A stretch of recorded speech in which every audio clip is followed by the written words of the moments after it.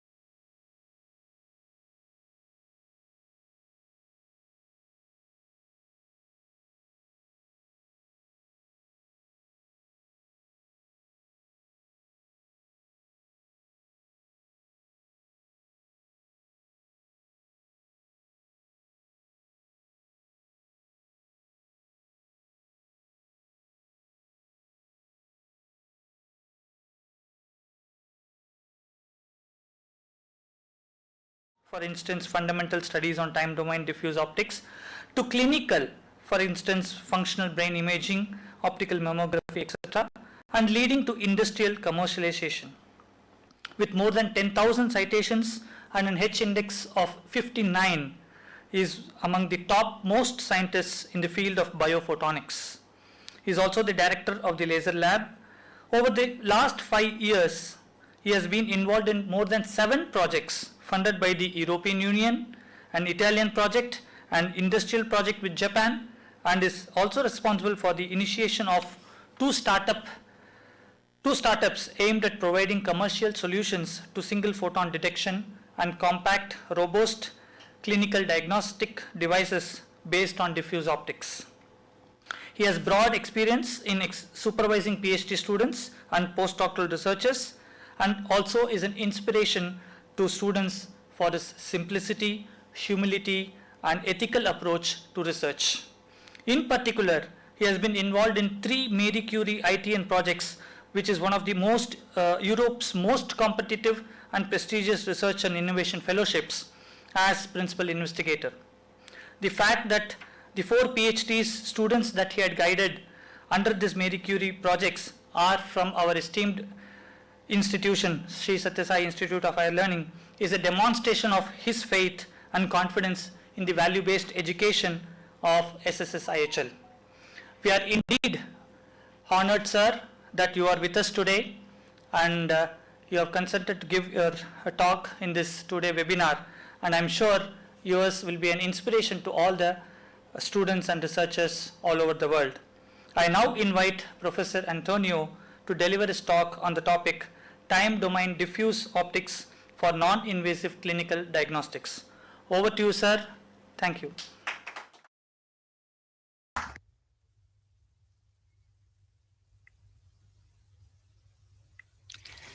Okay.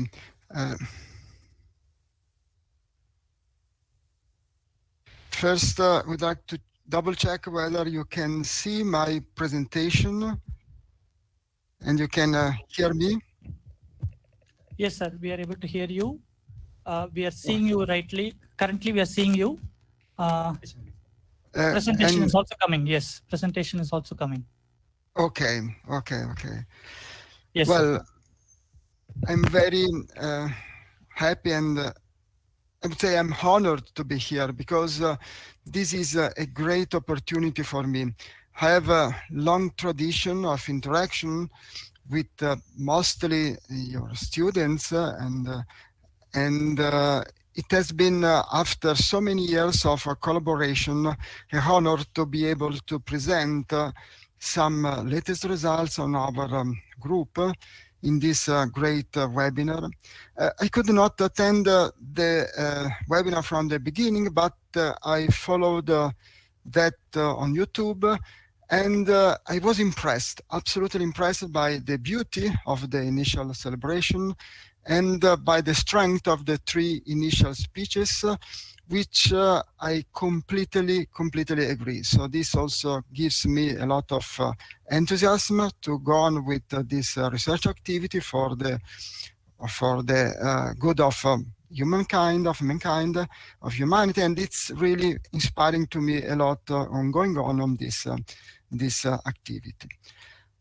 Well, now I move to my presentation. This is focalized on time domain diffuse optics for non-invasive clinical diagnostics. That is a particular field, maybe not so known. It is a niche application in a way, but that can have a great impact in the future. And I would like to just state that we just close one. Okay, I would like just to state that we are part, as has been said in the 2, let's say, enthusiastic introduction to my talk, that we are part of Laser Lab Europe, that is a network of the laser infrastructure through Europe. And this is a facility within the Polytechnic di Milano and can offer access to our labs. And recently, it was extended access also to non-EU countries, so it's possible to apply for 1 or 2 weeks joint experiments with the EU, covering a full travel and also access to the facility. And okay, we are part internally of a group on photonics for health, food, and cultural heritage. That is a group of large group at Politecnico dealing with the specific applications of photonics in different fields. The index of my presentation is I just start the timer. Basically, we'll give an introduction on diffuse optics. Then a few concepts on the physics beneath that. Then we'll focalize on 3 applications: breast, brain, and tissue spectroscopy. Then some hints on technology, where technology is going. Standardization, that I think is an important issue in this respect. And finally, perspective and conclusions. Well, diffuse optics, we are basically dealing with the propagation of light into diffusive media, in particular biological tissues. So if you think to a standard clear medium, light will go straight through that without being diffused. Conversely, if you just put a small drop of milk into a cuvette, you will see that the light is diffused, and this is because of scattering. So scattering basically is related to the fact that photons are deflected from the straight path, and it makes a random path of photons in the medium. You can come up to these two parameters, absorption coefficient and scattering coefficient. The two of them have different links to the internal structure of the body. In particular, absorption is more related to composition and to chemical species that absorb in the medium, while scattering to microstructure, meaning that the fine structure of the cells, the mitochondria, the organelles will basically create discontinuities in the refractive index, and therefore the phenomenon of diffusion. It is nice to consider that you cannot see through the human body just because of scattering. If you look at the absorption in the wavelength range between 600 up to 1 micron, the absorption of the key constituents that are blood, water, lipids, and others, proteins, are not so high, in the sense that if there were no scattering at all in your tissue, you could see through the body as if it were a colored glass, like a bottle of like a bottle where you can just see through that with some color. You could clearly see your heart, and even your brain you could see. And what is more interesting is that you could even see the activity of the brain, because when you think to something and you require some intensity of the mental activity, you require blood, and you require in particular oxygenated blood. And when hemoglobin links to oxygen, it changes the color, basically. It changes the properties, as you see here on the blue and the red lines. That is how the blood is changed when you get oxygen. That means that if there were no scattering in your body, then you could clearly see your brain, and your brain, what is going on inside. If you make a movement like this with your hand, you would see on the other side, on the opposite side, some flashing that is due to the requirement of oxygenated blood from the brain. And this is our realm. That is, this is the physics, this is the environment where we work, where I've been working so far. I mean, basically, I've done nothing in my life apart from this in terms of scientific achievement. So it's really focused on this particular aspect. And if we recall briefly the physics behind, it's all based on the radiative transport equation. That is a balance equation that you can encounter in many other cases. Also, for instance, on the study of diffusion of electrons, and in many different instances. And basically, it's the conservation of energy in a small volume within your body. And it is based on the particle description of photons. And so you consider a small volume, a direction, and you make a balance of photons entering and exiting that small volume. So the first terms, of course, is the gradient of the number of photons, n, of the photon density. That is basically the difference between the input and output photons. So this tells you what's changed in terms of photons that are going in and going out. Then you can have, of course, absorption in the tissue because of chromophores, as we have seen earlier. And a negative term. Another negative term instead is scattering, that implies a photon to be not absorbed but deflected to the other direction. So we cannot consider that in the whole balance.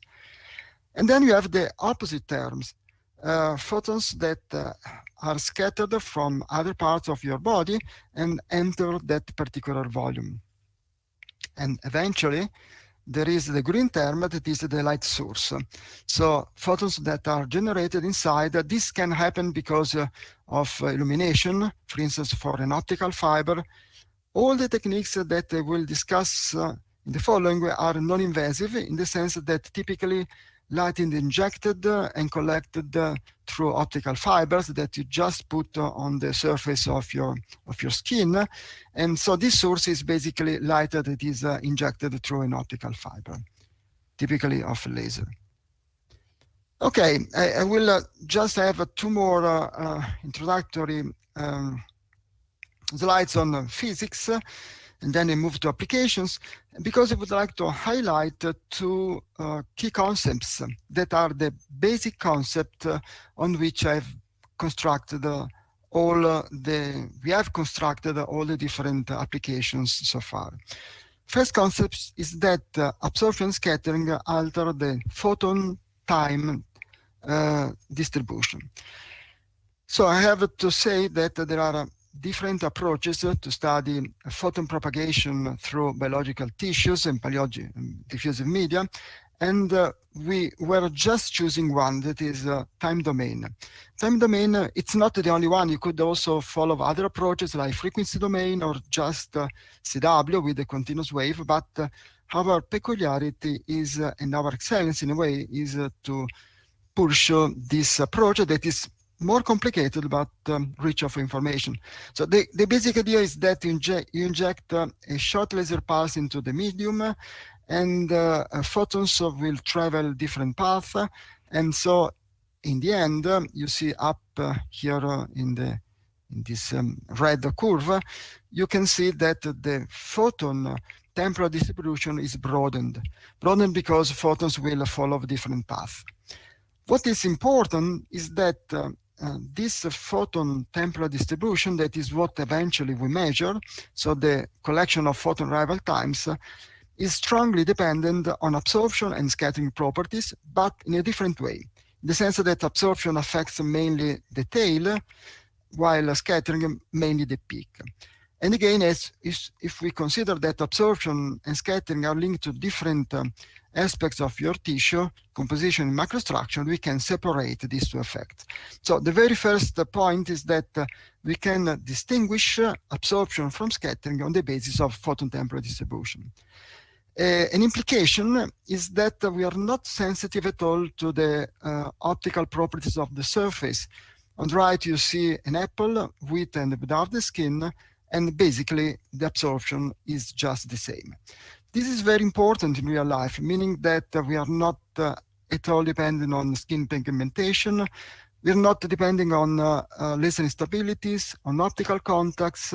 So the measurement is robust also in a real environment. Second concept, time and cold space. That means that if we increase the photon propagation time, the depth visited by photons is larger and larger. This is important because many measurements will be done in reflectance, meaning that we just look at the body from the outside and we make a kind of ultrasound echography. So we would like to get an echo of photons that go back after being injected. And we can see that the longer the time the photon spent in the medium, the deeper the depth that it could reach. And I will move now to the applications. So behind everything, there is always the measurements in the time domain. So this is our peculiarity, our expertise. But then we will retrieve the optical properties, absorption, scattering, and follow them as a function of wavelength. This is spectroscopy. As a function of space, this is imaging. As a function of time, not the photon propagation time, but the laboratory time, and this is monitoring. I will show one example for each of them. First, imaging breast, because the key application is optical mammography. Optical mammography means that we scan the compressed breast using this approach. So we do measurements in the transmittance. with the goal to detect breast cancer. It's very important because breast cancer is the cancer that can be cured if is detected early, and detection is fundamental. So that's why a lot of interest was moved in this region. I just would like to point out here the wavelengths that were used, 7 wavelengths, because we have different constituents. We have, for instance, water that is around 980 as a peak, then lipids, 930, the yellow one, and then the 2 forms of bloods, and then also collagen. And so by combining different wavelengths in this range, we can identify different constituents. These are example of images. On the left, you see the late gate intensity, and you can clearly see that at different wavelengths, there are different kind of contrast. In this case, we have, fortunately, a tumor, and that can be seen from the X-ray mammography. And on the right, given what I showed earlier, the link between absorption and constituents through the extinction spectra, we can reconstruct the composition of these lesions in terms of blood, different forms of blood, oxygenated and oxygenated, lipid, water, and collagen. We were among the first to measure collagen because of this is a tiny absorber, and it's very important, as you will see, and that was thanks to the spectral coverage. In most cases, optical mammography is performed only at the 2 wavelengths where we can see the blood, and we were the first to pioneer the measurements in the region above 900 so that we can get also these components. You can clearly identify that we do not have a good spatial resolution. This is absolutely a limitation of the technique, and there is basic fundamental physics there, and we have a resolution around 1 centimeter, so at all not okay for, not comparable with X-rays. On the contrary, our key added value is this composition, that it's not easy to get through imaging, other imaging modalities. So this is done non-invasively. And okay, we can also differentiate a benign lesion. This is a cyst, so something that absolutely has no harm. And we can basically detect that on the basis of the scattering that creates this shadow, darker shadow. And okay, a clinical study, I mean, actually we have done 3 clinical studies so far. This is one with 200 patients, and we can differentiate malignant from benign lesions and detect them. Okay, to make a point here, I would say that because of resolution, our technique is not enough to detect cancer, because you need to detect that in an early stage when it is lower than 1 centimeter, and for that we do not have enough spatial resolution, that we have to admit. What we can add, as I said, is characterization, so it can be a second choice technique to go together with others like ultrasounds or X-rays for the characterization of the lesion to add some value. Another application, even on breast, is something that I like a lot because it is before diagnosis. It's before, it's something for prevention. It is before the cancer is grown. And you see here, these are measurements of spectroscopy with our system, 5 different types of breasts. And you can clearly see that these 5 persons had quite different absorption on the left and scattering on the right breast spectra. And I don't go in detail. We have the different composition, water, lipids, blood. So basically the key difference is blood, but also collagen. We have not set that here, but it's also there. And the key point is that you can clearly differentiate that. But behind that, there is something important, because it is well known from literature that if you have a fibrous breast that is a breast that in particular is opaque to X-rays.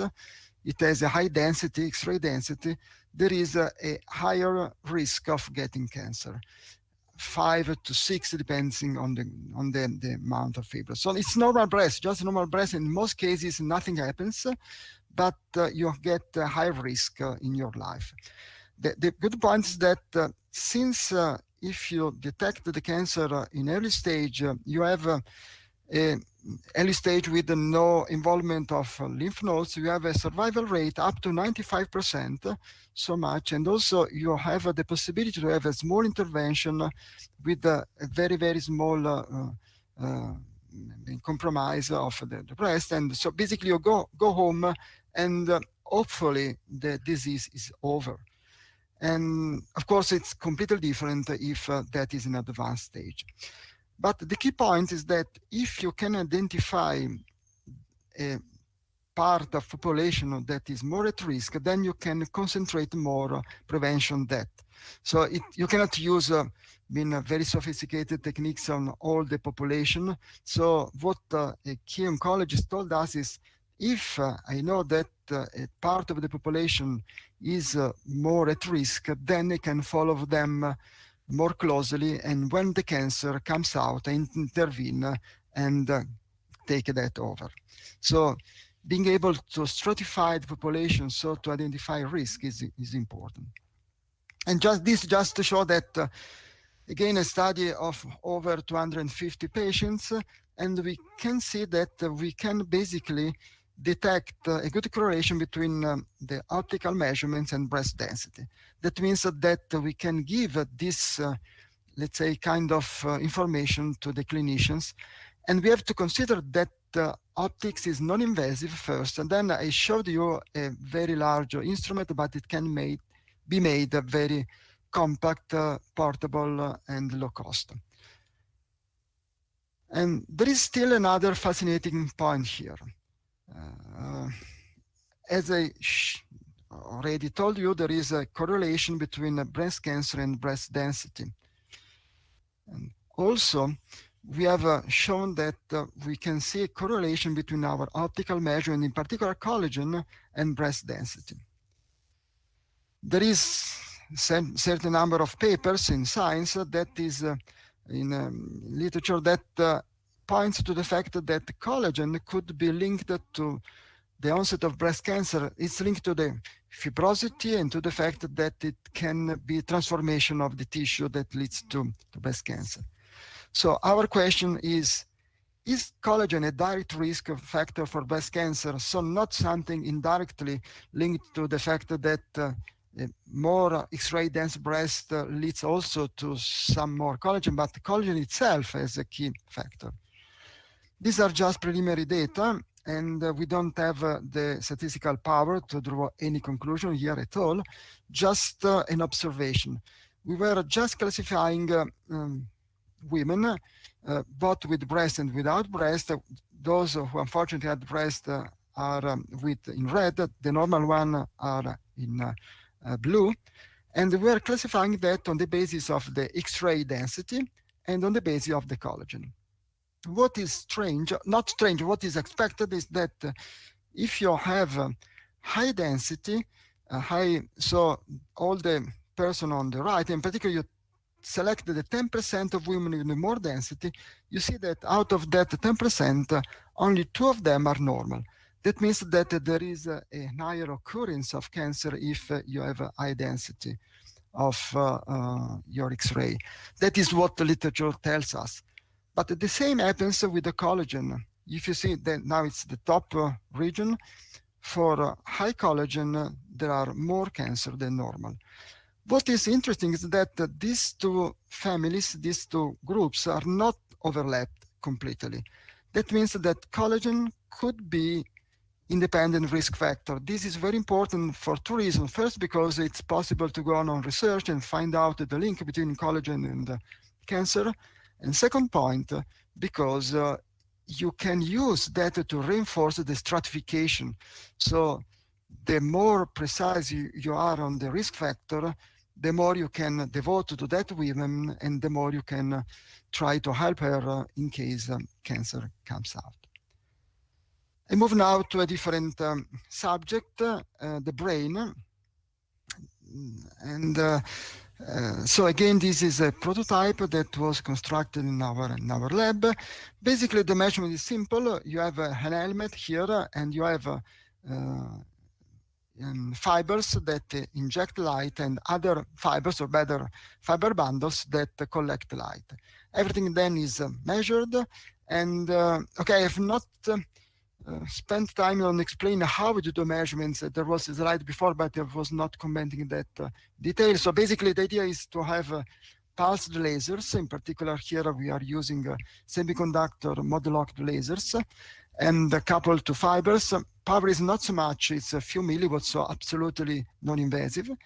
And then we collect photons remitted at some distance through bundles. And then there is a system for time-correlated single photon counting, in the sense that we collect every single photon one by one and attach a timestamp on the photon arrival time, and then we create an histogram out of that. And well, here you can see that by doing these measurements in time meaning following the optical properties as change in time, you can recover the trend of oxy and deoxyhemoglobin that are linked to the presence of oxygen or not. And you can clearly see that during the task, and here the task is just a movement of your hand, grasping on the ball. And when you do the task, the brain requires oxygen on the other side of the hand, and therefore you see an increase of oxyhemoglobin, while the red one, while you have a decrease of the deoxyhemoglobin, that is the blue one. There is a latency of a few seconds, 2-3 seconds, and also when you interrupt the exercise, there is then a slow recovering down to baseline. Here the concept is the second concept we are exploiting, the fact that time encodes depth, and so for longer late photons, so those that traveled more, we can go deep into the brain and see what's happening there. Just to confirm, this is validation against MRI, a co-registration of optical signal against the magnetic resonance, functional magnetic resonance imaging signals. So basically this concept is exactly the same as what you see in fMRI. In fMRI, you see the Bose signal that is related only to deoxyhemoglobin. And, but basically you see that the two measurements, the MRI one on the top and the optical one on the bottom, are overlapped. There are two differences. First, again, we do not have the same spatial resolution of MRI. So yes, we can create maps, but not, it's more topologies we can create, not really high resolution images. And, but on the contrary, we have two advantages. First, that optics can be made very compact. And for instance, you can think of using that also in real life. It is used a lot, this, for instance, for psychology. And you could think of using a kind of helmet to understand the learning process in the mind and help in case there are impairments. And yeah, the other difference is that we can see also oxyhemoglobin that is not observed by MRI. But the kind of information is very similar, and so here we were basically validating that. We can use that also in patients, and don't go in detail, but basically these were epileptic patients, and basically the measurement done using optics is overlapped by the response that can be seen using fMRI. Just to show here an application, another application, here we are developing new photomultipliers, or better, these are called the silicon photomultipliers, SIPM. We were just, let's say, getting the advantage of technology, because these detectors were developed for PET or for higher energy physics. And so we were just grabbing what technology offered us, and our only merit was to adapt that to diffuse optics.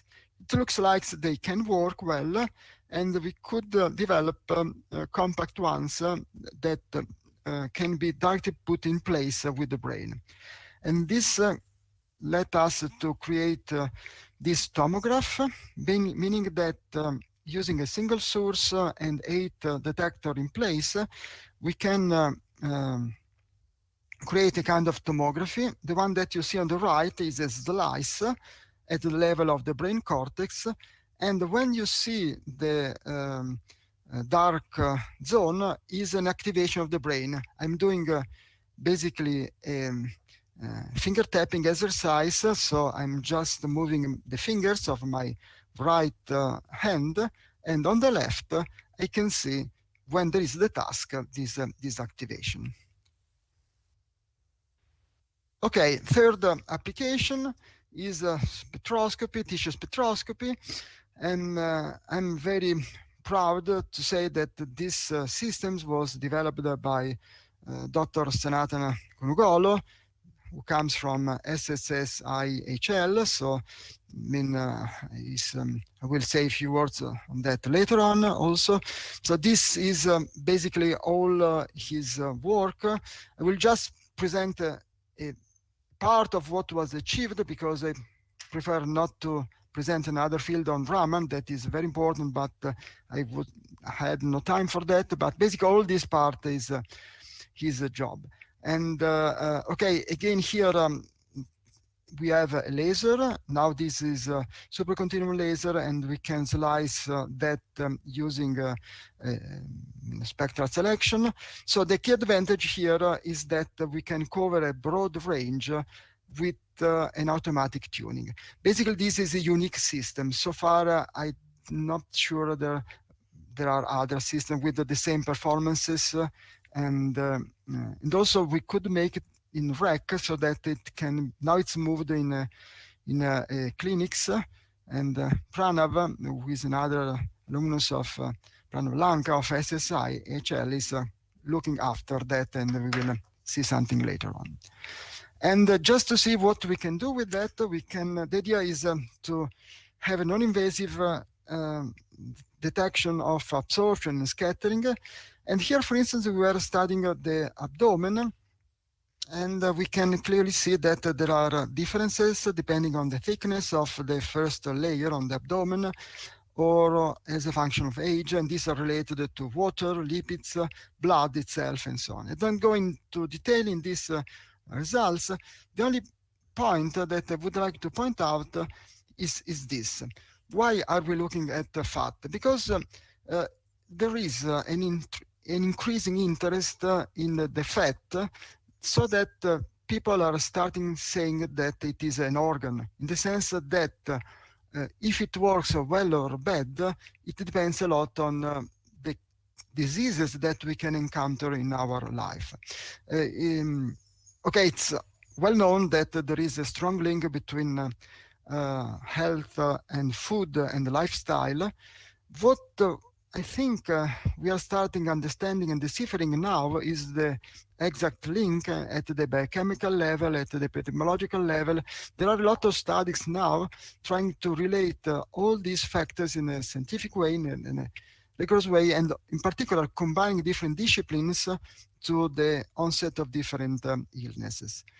And not just diabetes, but also cancer, cardiovascular diseases, sarcopenia, but also neurological diseases. I heard that also Parkinson and Alzheimer are somehow related to what happens at the level of metabolism, and in particular at the level of the fat tissue, meaning that an alteration of the standard metabolism can lead to what they call the inflammaging.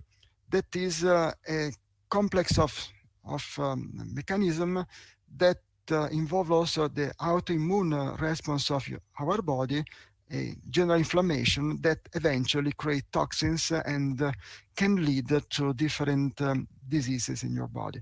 So there is a lot of interest on this research in Europe because, but this is everywhere, I think, in the world, of the increasing cost of healthcare and the fact that we need to help everyone.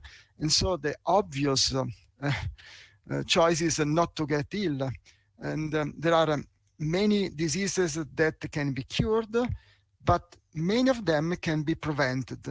I heard that maybe 50% of diseases can be prevented through a proper food and lifestyles. And what is not clear is really the link and how to use that so that we can prevent instead of cure diseases. That is why we think that diffuse optics could help in giving a feedback to the clinician to first for basic research to understand what is going on, and then for helping the patient itself.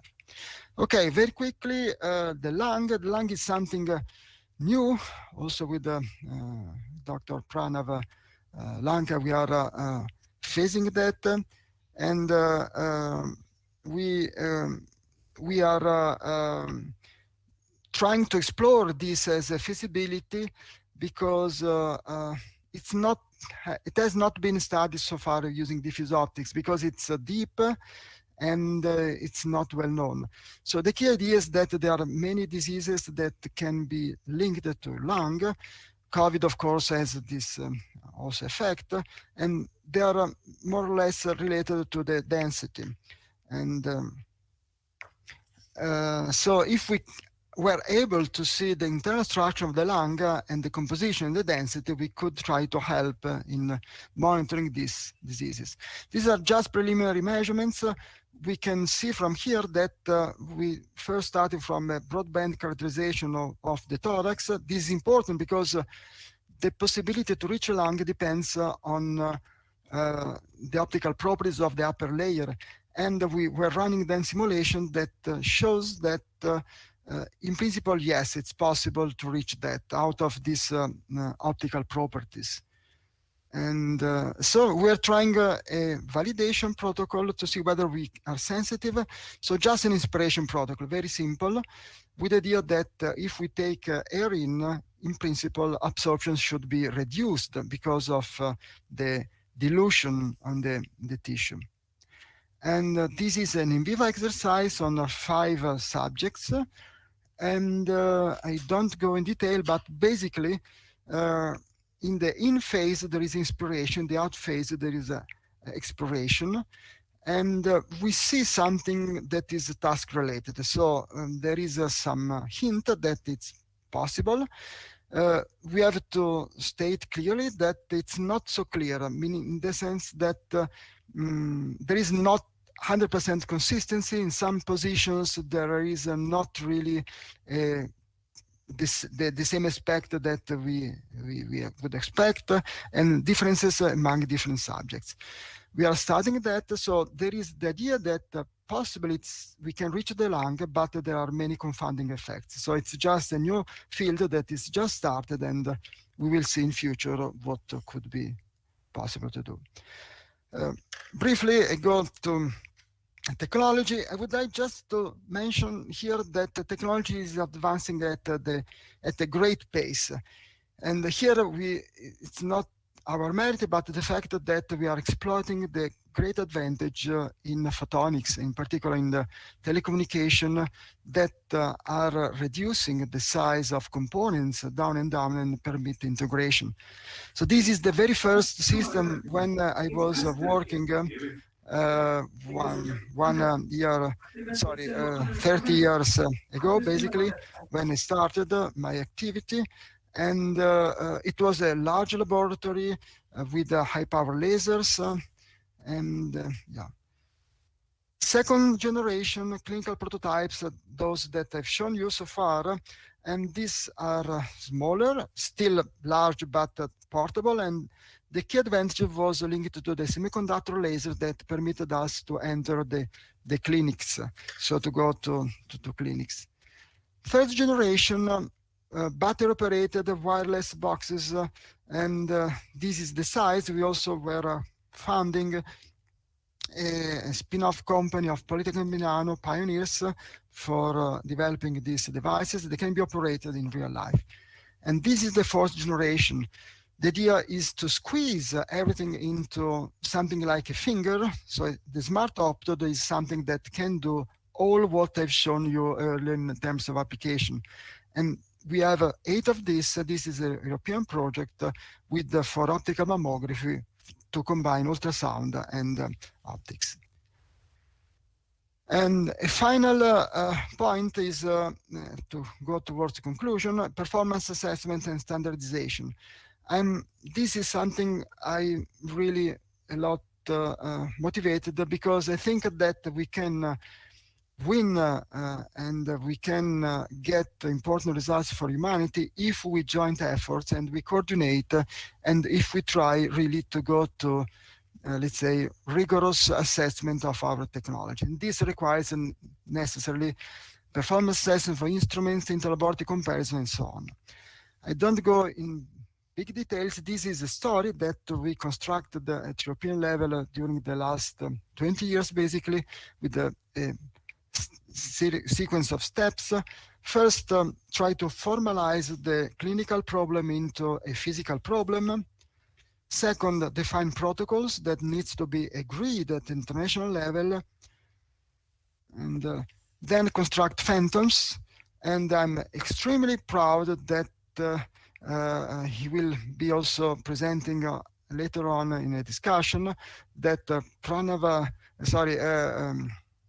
Sanatana Kunugolu, who is an alumnus of SSI HL, and now at also Polytechnic. Now he moved to Tyndall.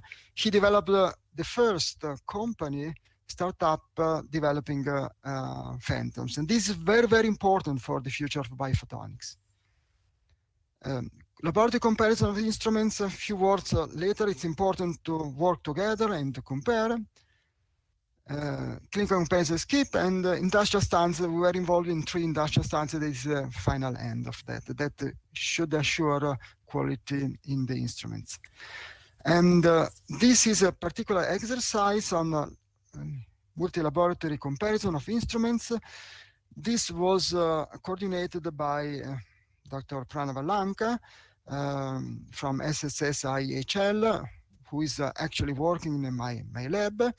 And the idea is first to compare many instruments on the very same phantom kits, action 1.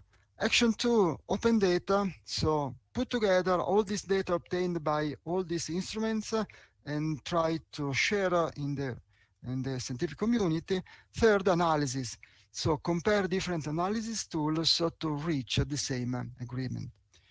And the protocols and phantoms adopted are these. So 3 protocols, again, agreed at the European levels, at world level, I would say here, with different features of figure of merits, phantoms. And so far, this study enrolled 29, I think 29 now, one more instruments. What is important is that they are of many different types, and not just time domain. There is also CW, continuous wave, frequency domain, of different application, monitoring, spectroscopy, imaging, different countries. And so it was a big exercise, and we are just about to collect the final results and to publish the data. And in conclusion, I think that diffuse optics has some interesting features. Of course, we have seen many weaknesses, many limitations. We don't want to say that it's a solution for everything, but it has unique features. It is non-invasive, so absolutely you can use it everywhere. Chemical specificity, so giving composition, that is not so normal. Normally in clinics you have many instruments that are morphology instruments, not much non-invasive, let's say, giving chemical specificity. Functional, how your body is functioning, also metabolics. Non-contact is not shown, but it's also possible to make that non-contact, so remote surveillance. Deep, few centimeter deeps. Operate independent. In the latest achievements, you can have these very small devices that will just give a number. And so you do not need to have let's say, technicians to operate that. You can use that also for healthcare at home. And this is very important. So you need not the person to reach the hospital, but you could, in a way, get the measurement and have, with the telemedicine, the measurement transferred to an hospital with a doctor that will give some hint. Scalable. You can construct from large laboratories to now we are in the 1 cubic centimeter dimension, and it could be possible even to squeeze that more to mobile phone possibly applications. And very conclusion on my vision. Okay, I was impressed by the first talk by Professor Gauri Shankar, sorry if I pronounce it badly, on the link between physics and health, and I completely agree on that. And there is kind of complexity in both. And what I admire of other physics, like high energy physics or other physics, is the fact that there is a large international community, very joint. Before a new particle is announced, the results are compared among different laboratories all over the world. And this is what makes humanity strong and science strong. So this is my dream, try to improve more and more collaboration at world level so that we will try to solve the big societal problems together and jointly. Of course, there is also in science competitions, but what I learned so far in these years is that there can be normal standard competition together with strong collaboration. And we need to go in that direction for standardization, for performance assessments, for looking together at new problems. With this, I have concluded. I have to acknowledge many people at Politecnico and with collaboration with other institutions. But most of all, now I would like to acknowledge and thank so much SSSIHL, because I had the opportunity and I still have the opportunity to collaborate with the 3 excellent alumni from your great institution that brought a lot in science, and not only in science, because all of us, and not the only one, all the people in the lab appreciated the humanity, the enthusiasm, and the temper of all these great researchers. And yes, with that, I thank you again, and I welcome for a good continuation of the webinar. Thanks so much.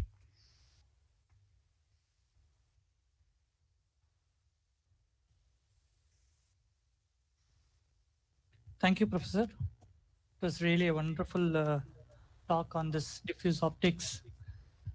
There are a few questions that have come. I will just read out the questions for you. The first question is, what are phantoms? Are they tissue phantoms? That's the first question. And are you making them in your lab? Okay. Well, this is important, because at the basis there is the idea that this again is related to performance assessment and standardization.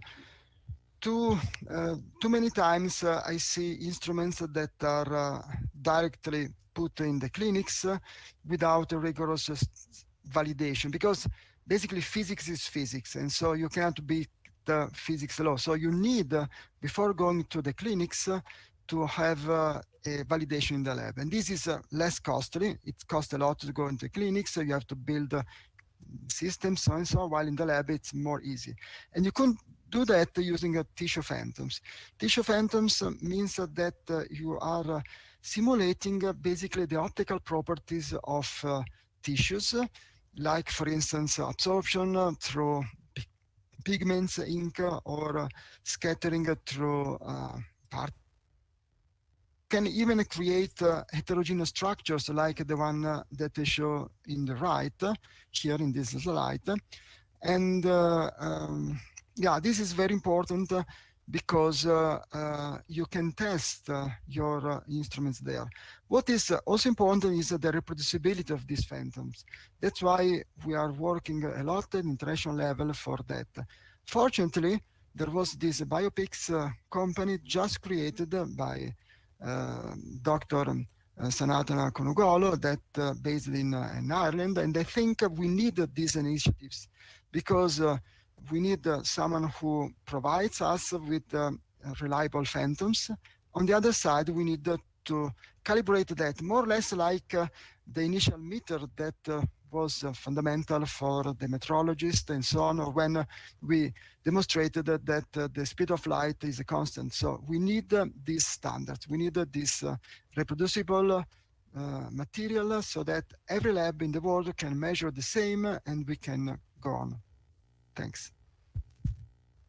The next question is, how are you taking care of hairy skins?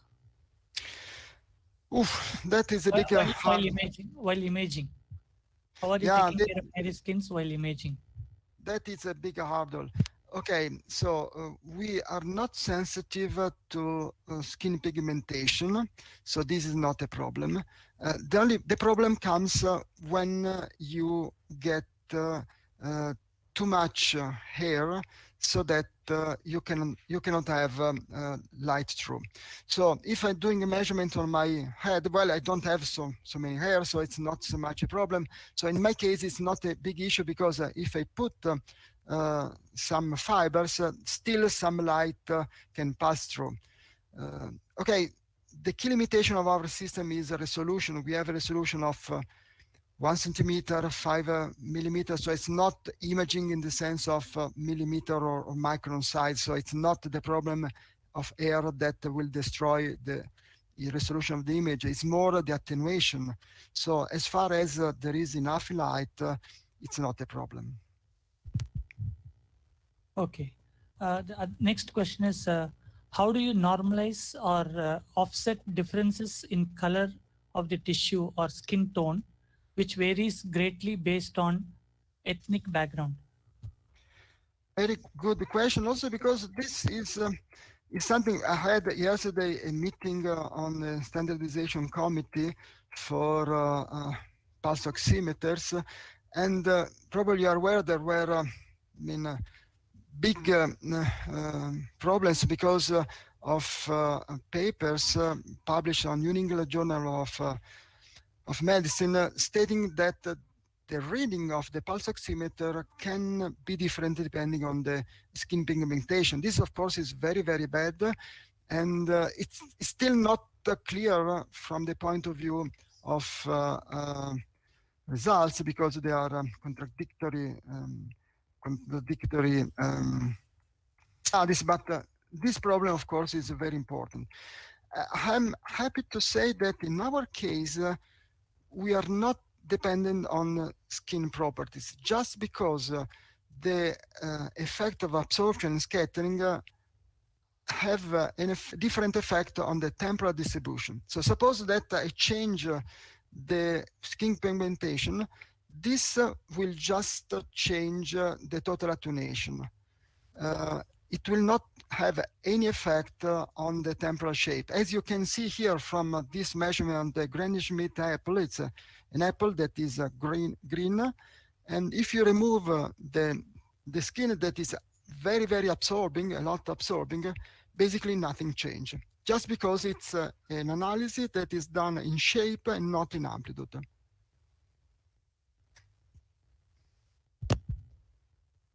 One more question, Professor. Can diffuse optics be used to determine quality of food materials? Example, freshness of the fruits or milk, etc. Yes, it's an interesting question. Also, this one very interesting, and yes, definitely. We can also in our lab we are working a lot on that, and it is in a way fascinating because you have an easy way, non-invasive, so and so, and of course you get information. What is not yet, what is clear now is that you can see some aspects and not other aspects. What we can see absolutely clear is the color of the pulp. That is in turn related to the ripeness, to problems also if a fruit is going to be rotten, then we can see very well. We can see carotenoids that are important nutrients, so independent of the skin. So even if the skin is a different color, we can clearly identify what is inside. What we cannot measure other parameters like sugar. That was an holy grail in some cases in fruit because, well, people love more sweet. That it's not necessarily more healthy, but this is what the people like. But for that we don't have good results, and also we do not have good results for firmness. In particular, people in the northern part of Europe loves strong, crispy fruits, and we cannot get that. And so I would say, as for now, it is a 50-50. Some parameters we can measure well, yes, basically everything that is related to the color, some others instead not. But it could be interesting because now the devices are getting low cost also in this field, and so I think there could be an important direction there.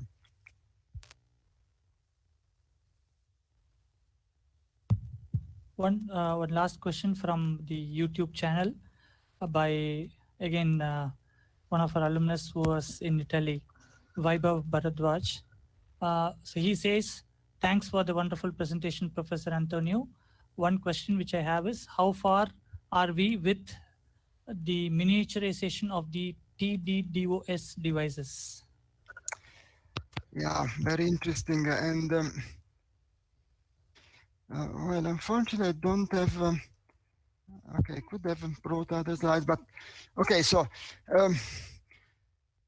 we are advancing at a great pace here, and what you see here, it's really something real in the sense that this is a European project that started 2 years ago, and we already have the smart opto. They don't have the photos. Sorry, I forgot to bring some, but this is really an object that is existing. It is a couple of cube centimeter, and it is fully autonomous in the sense that we have inside the laser, not a laser, but 8 lasers, and a large detector with the full capability. So all of what we have seen previously can be done by this, let's say, single finger, and it can make even smaller, so it can be squeezed even more. So I think we are at a good point there, yes. And yeah. Any other questions from anyone from the audience?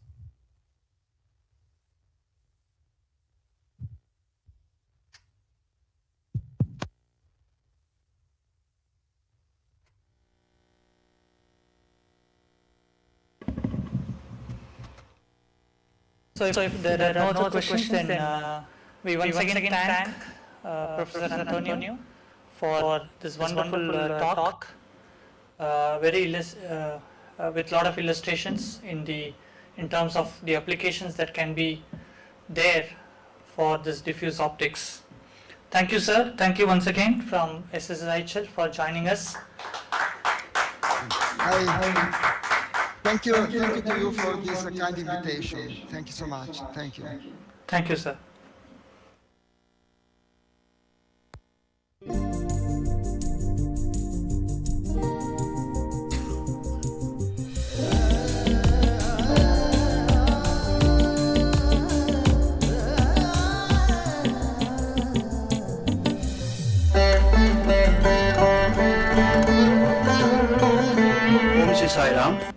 Sai Ram and good afternoon to one and all. So today I have been given this pleasant duty of introducing our next speaker, Dr. Vyas, who is the senior research scientist at Stanford University, USA, in the Department of Basic Life and Ophthalmology. So his current role at Stanford is to advance the development of next generation clinically relevant adaptive optics ocular imaging devices to allow the easy diagnosis and monitoring through a non-invasive visualization of subcellular structure in the eye. He is the notable alumnus of Sri Sati Sai Institute of Higher Learning. He completed his Bachelor of Science Sri Sati Sai Institute of Higher Learning in 2004. Subsequently completed Master of Science Sri Sati Sai Institute of Higher Learning in 2006. He was awarded Doctorate in Philosophy from Indian Institute of Science in 2012. He has nearly 60 publications to his credit. During his postdoctoral position in University College Dublin, he developed digital method using spatial light modulation for measuring the wave distortion in optical microscopy and vision science. He has received number of honors and awards. To name the few, he received silver medal ACEEE India 2011. He was also the recipient of Outstanding Reviewer Recognition Optical Society of America 2019. Today, Dr. Vyas will be delivering his talk on the topic adaptive optics in the field of ophthalmology and vision science research. I welcome Dr. Vyas to deliver his talk. Over to Dr. Vyas. Thank you.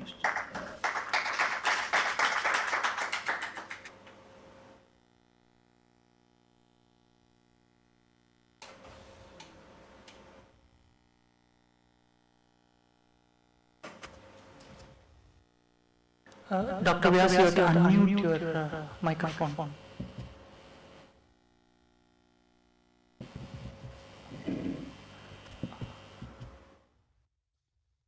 That's a good point. Thank you for pointing that out. So can you see my slides now?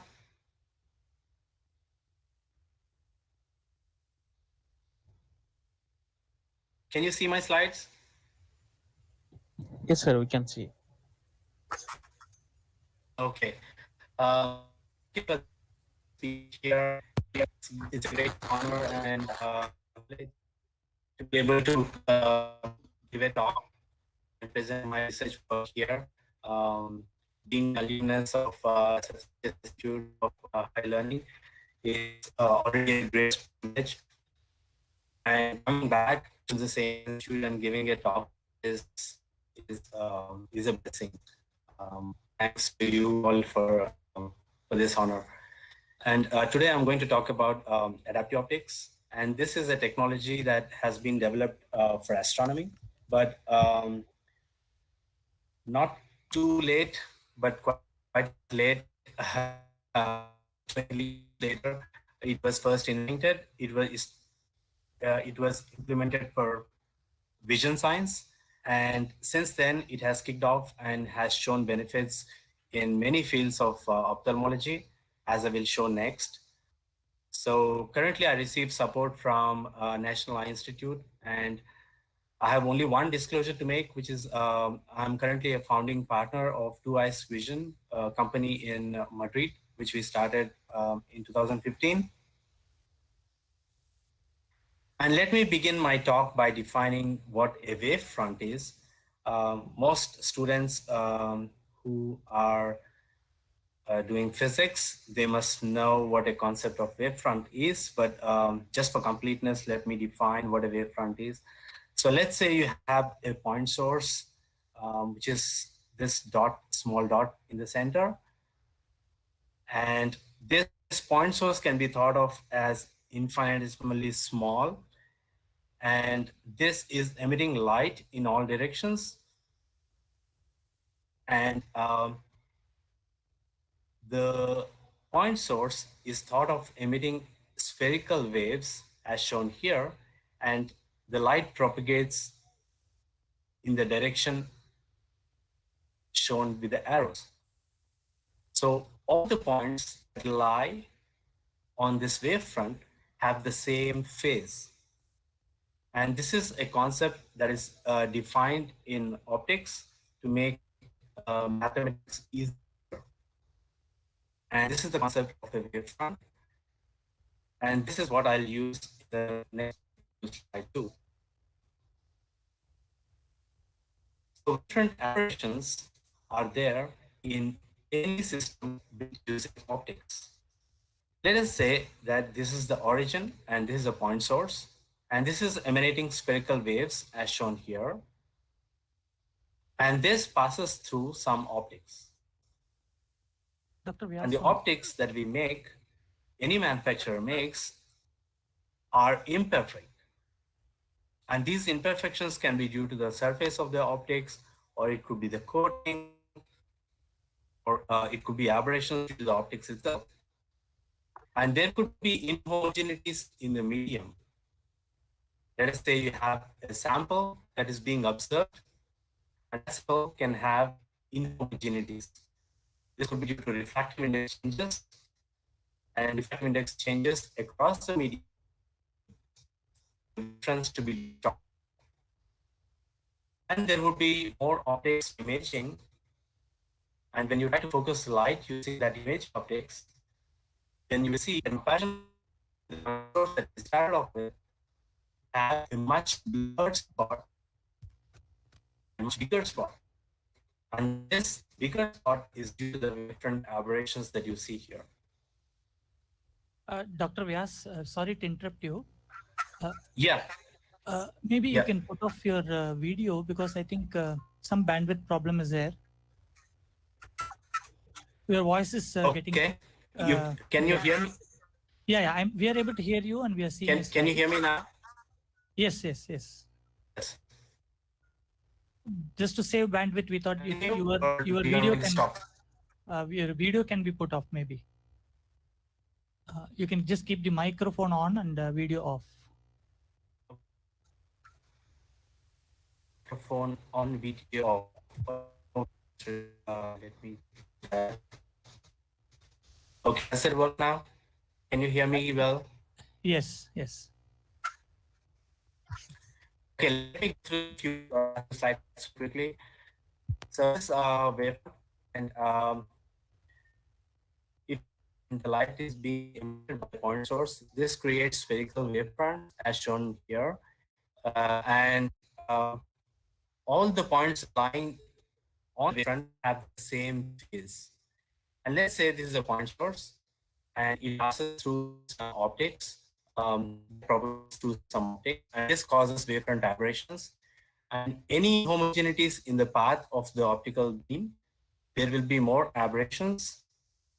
And let us say there is more imaging optics, the wavefronts get distorted more. And in comparison with the points that we started off with, the final image that we get is distorted and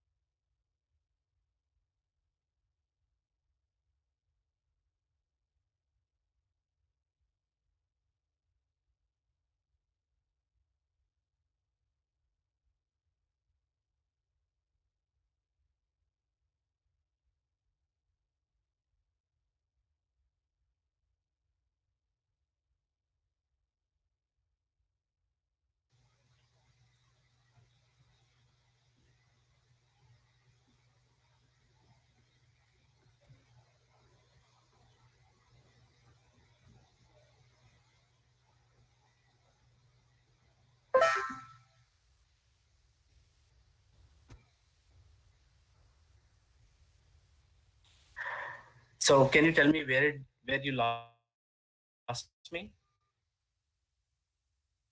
this slide?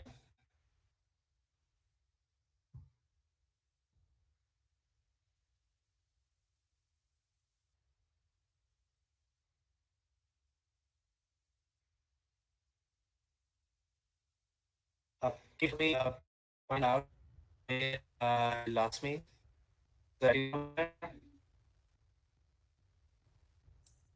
Sir, your voice is still breaking, sir. Like, you're not able to hear. Uh, so did you get this slide?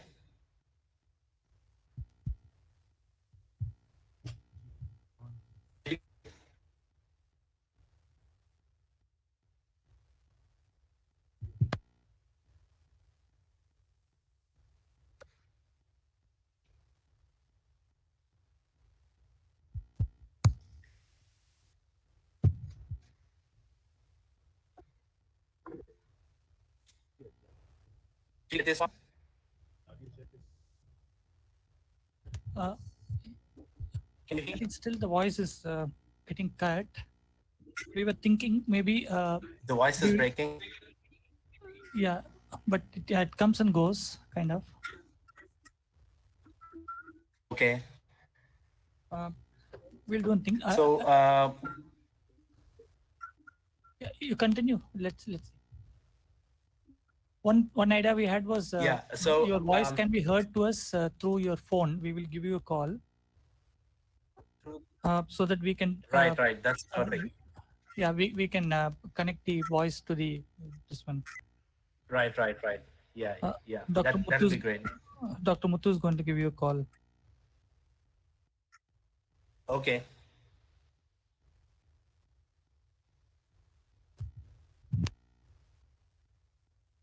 Right. Right.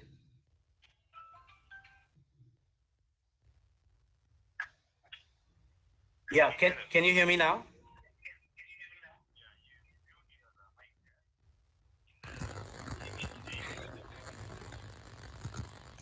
Yes, I will do that.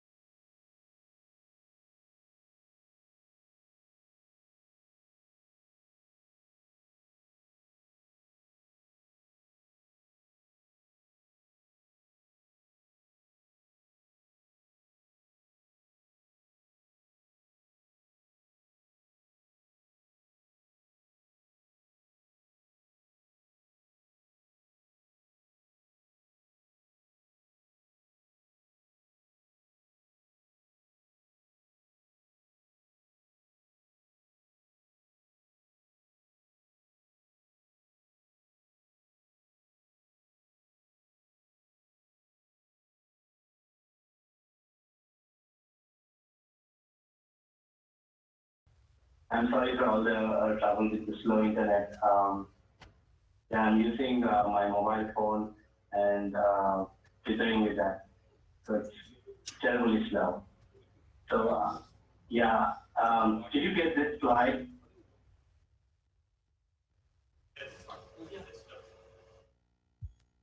Okay. Yeah. So here, what I was saying is that this is an image of a nearby galaxy, and taken from a Canadian France Hawaii telescope. And this is actually a very large telescope. It's a 3.6-meter telescope.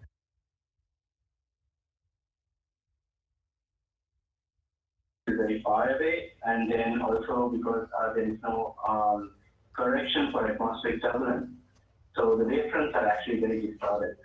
And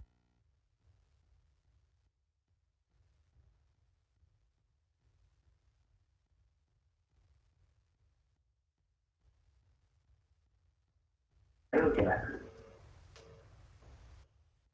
And this is how adaptive optics is done, typically in a telescope. And let me bring my pointer. Yeah, there you go. So light from the telescope is of course distorted by atmospheric turbulence, and then it hits an adaptive mirror. And this does all the magic of correcting the different aberrations. So this adaptive mirror is typically a deformed mirror, a mirror that can change its shape based on the voltage values that we feed to it. So below the mirror surface, there are actuators, and these actuators are poked such a way that the wavefront takes the shape such that we get a corrected wavefront. And this corrected wavefront is then used both for the science camera, and also it goes to wavefront sensor. And this wavefront sensor is an instrument that actually senses the wavefronts coming from the atmosphere. So of course, in the first loop, the deformer is flat, and the wavefront sensor senses all the distortions in the wavefront, and then it, through a control system, it gives feedback to the deformed mirror, and the deformed mirror applies the correction. And the second loop, what the wavefront sensor sees is a differential wavefront distortion, and so on. So what we're correcting is for a wavefront, which is a differential wavefront. So overall, the performance of the wavefront adaptive optics depends totally on the wavefront sensor and the deformed mirror and the control system. If these three are good, the adaptive optics system is good. As simple as that. And how is this applied in the retina, in the eye? Very simple. The same logic, but slightly different optics. So the eye has aberrations in a different location, not in there's no atmospheric turbulence here, but the eye itself creates aberrations. The cornea of the eye is not the same for different people. Each one of us has a different cornea. The shape of the cornea is different, and there is aqueous humor, there is the liquid inside the eye, and the lens of the eye itself has aberrations, and all of these add up, and finally we get an aberrated wavefront. And again, the same logic is applied. You have a deformed mirror and a wavefront sensor. I will explain more about this wavefront sensor later. And then you have the corrected wavefront, which forms image, and the retina that you see here of the eye is imaged here, right here. So here what you see is,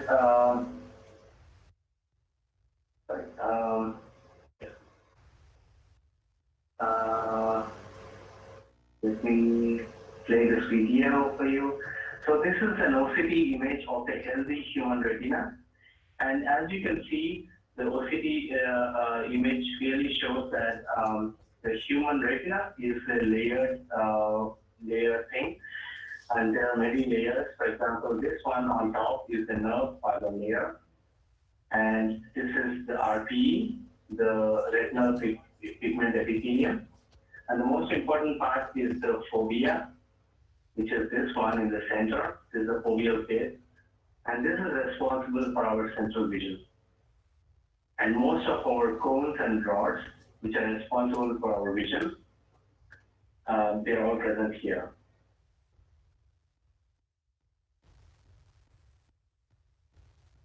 And what axial resolutions and lateral resolutions different instruments get is summarized over here.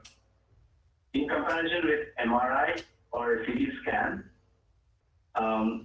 more advanced instruments have much higher lateral resolution and axial resolution.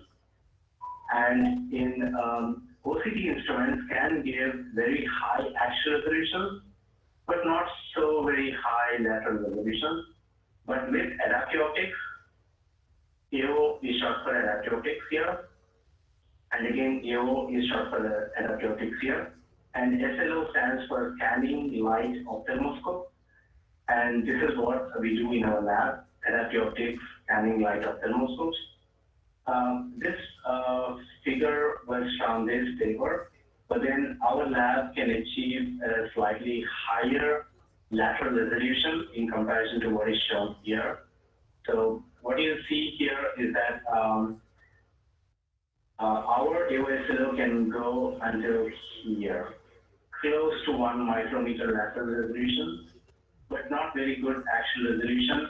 That's because of the limitations of our optics. And the diffraction. So RCM stands for reflective confocal microscopy. That's more for the skin, like how you saw in the previous talk. And this is an image of cones on the left. As you can see individual cones here. And these cones are responsible for all of our vision during daytime. And during the dark, sometimes you can see things in the dark, right? And that's because of the rods. The rod cells are much tinier than the cone cells. And you can see the rod cells here in these gaps.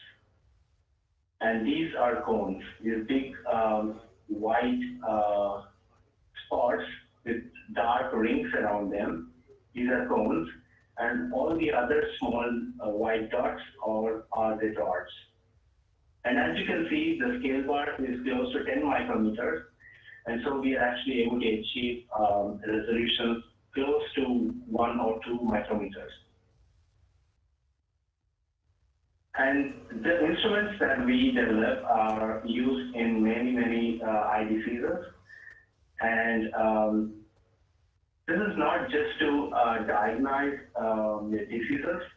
Of course, the main purpose is that to diagnose a disease. But then the main purpose is also to help find new treatments. Because during treatment, you want to see the progression of the disease. And if you want to monitor the progression of the disease, you have to have a very clear understanding of the structural and functional changes in the eye and the retina. So this instrument is really helping a lot with that. As you can see, most of these pathologies are being studied over time. And this will really help not just treatments, but also will help to see if the patient is going to develop the disease into further stages, later stages of the disease. So as you can see here, the very major glaucoma and AMD, and AMD stands for age-related macular degeneration, and diabetic retinopathy and Parkinson. These are some of the main diseases that you usually see in a clinic, but there could be some rare diseases as well, like multiple sclerosis, rubella, and then acromatopsia, optical atrophy, and many other diseases. So all of these have some, believe some effect or the other in the images that we capture. It could be either reflectivity, which is fountain, like dots that you see here, or gun dots, which are like prevalent, very sharp spots that you see in glaucoma and multiple sclerosis. And there could be granular reflectivity, waxy reflectivity, or the blood vessels can be abnormal, and sometimes the nerve fiber layer can be abnormal, and you can see striate reflectivity where you see like how you see skin being stripped off, like that you see the vessels being stripped off, and some kind of cysts also observed.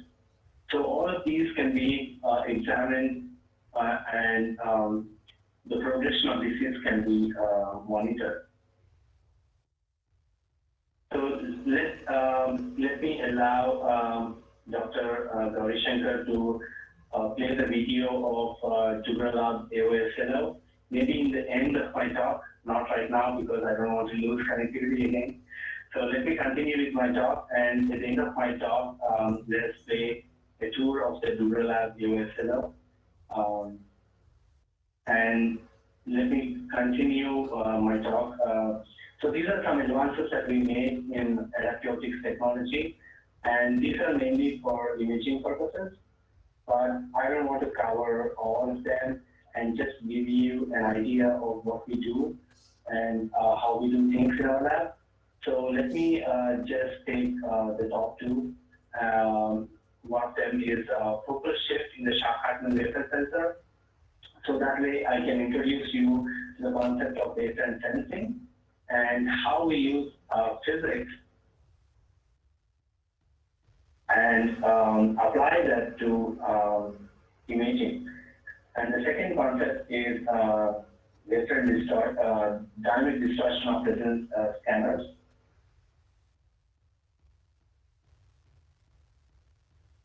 And the first part is focal shift in Shashi waveform sensors. So the concept of waveform sensing, as I explained, is to detect the waveform aberrations. So the waveform sensor measures the aberrations of the incoming wavefront and then gives a feedback to the wavefront corrector, which takes a shape such that the wavefronts are corrected. So the most commonly used waveform sensor, both in astronomy and in ophthalmology, is a Schacht-Hartmann waveform sensor. And in this waveform sensor, you have an array of lenslets, which is shown here, and then a camera, which is placed a focal distance away. So when you have an aberrated wavefront, so light is being incident in that way, a collimated beam, more or less. And then when it is incident on this array of lenslets, then we have spots or lenslet images on the camera. So let us say you have a flat wavefront. Then you'll have equidistant spots because there are no aberrations here, so the spots will be equispaced. But then if you have a distorted wavefront, the spots will be distorted as well. So the location of the spots is different. And by looking at the location of the spots and how much the spot has moved from its reference location, it is possible to detect the shape of the wavefront. So this is a very simple concept, but came much later than informatic waveform sensors, which were more popular in the beginning. But informatory, as you all know, is very difficult to attain stability, and Shashi waveform sensors are more rich, more robust, and more industry purpose. And therefore they are preferred in astronomy and also in ophthalmology. So this is the geometrical optics principle of the Shashi.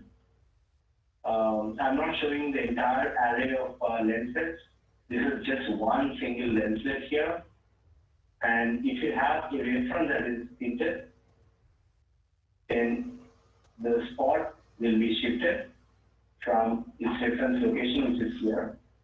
So the centroid displacement is calculated by just measuring this distance. And the lens set has a propellant of air. But this is always not the case. The camera is always not in the focal plane of the lens set because it's really hard to focus the lens set array. So I will show you why. So it can happen that the camera is actually closer to the lens set array, or it is farther away from the lens set array. So in that case, the centroid formula is given by this, which is this is the most commonly used centroid formula, which does not take into account for the Vyas, which I'll explain next. So this is the centroid and the focal length, and Z, as I showed you here, is the distance by which the camera is being displaced. And the integral of grad W gives you the wavefront gradient across the lens set, and in the denominator you have the area of the lens set. I should have taken advantage of that. Okay. So if you follow Fresnel diffraction theory, you will attain a more sophisticated formula. And as you can see, this is the extra term or additional term that we get here. And also another term, which is the intensity weighted wavefront gradient. And the lens set image center of mass at the lens set plane is also coming into picture. So let us say that the lenslet is not fully illuminated or not uniformly illuminated, then the centroid can have an error, and that error is given by this term. And this happens especially if Z is not 0. Let us say Z was 0, then you are not having, you don't have this trouble because you will be perfectly focused here, right? But if Z is not 0, then you will end up having this term not being 0.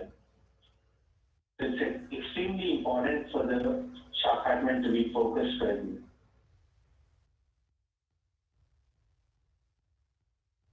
And why is it so difficult to focus the shock fragment? We'll see that next. So we built a very simple system to try and focus the shock fragment inference center.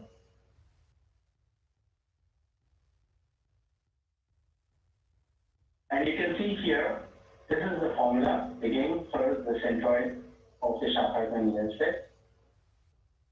So here you can see, this is the pupil. Most pupils are circular in nature, and this is typically because most of our lenses, most of our mirrors are circular in shape.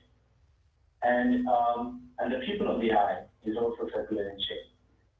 And the lens set arrays are mostly square. Welcome to a virtual tour of the Dubra lab. Nearly 100%. This is an adaptive optics ophthalmoscope. The main purpose of this instrument is to serve a large fraction of the population. Now you can see that these are all the partially illuminated lenses. What you see here, all the red lenses that you see here are all partially illuminated. So if the lens set is partially illuminated, that means that rho C of minus S is not 0. And Z is also not 0. So that means that this term never becomes 0 if the shock accumulation sensor is not correctly focused. And why is it so difficult to focus the lens set array? Because it's just measuring distance, right? But then if you look at diffraction theory very carefully, what you see is that the Fresnel number n, which depends on the radius of the lenslet array. So imagine that you have the lenslet here, a lens here, and the Fresnel number of the lens, which is given by square of the radius of the lenslet divided by the wavelength of light divided by the focal length. And this has to be very large. Only if this is very large, there is symmetry.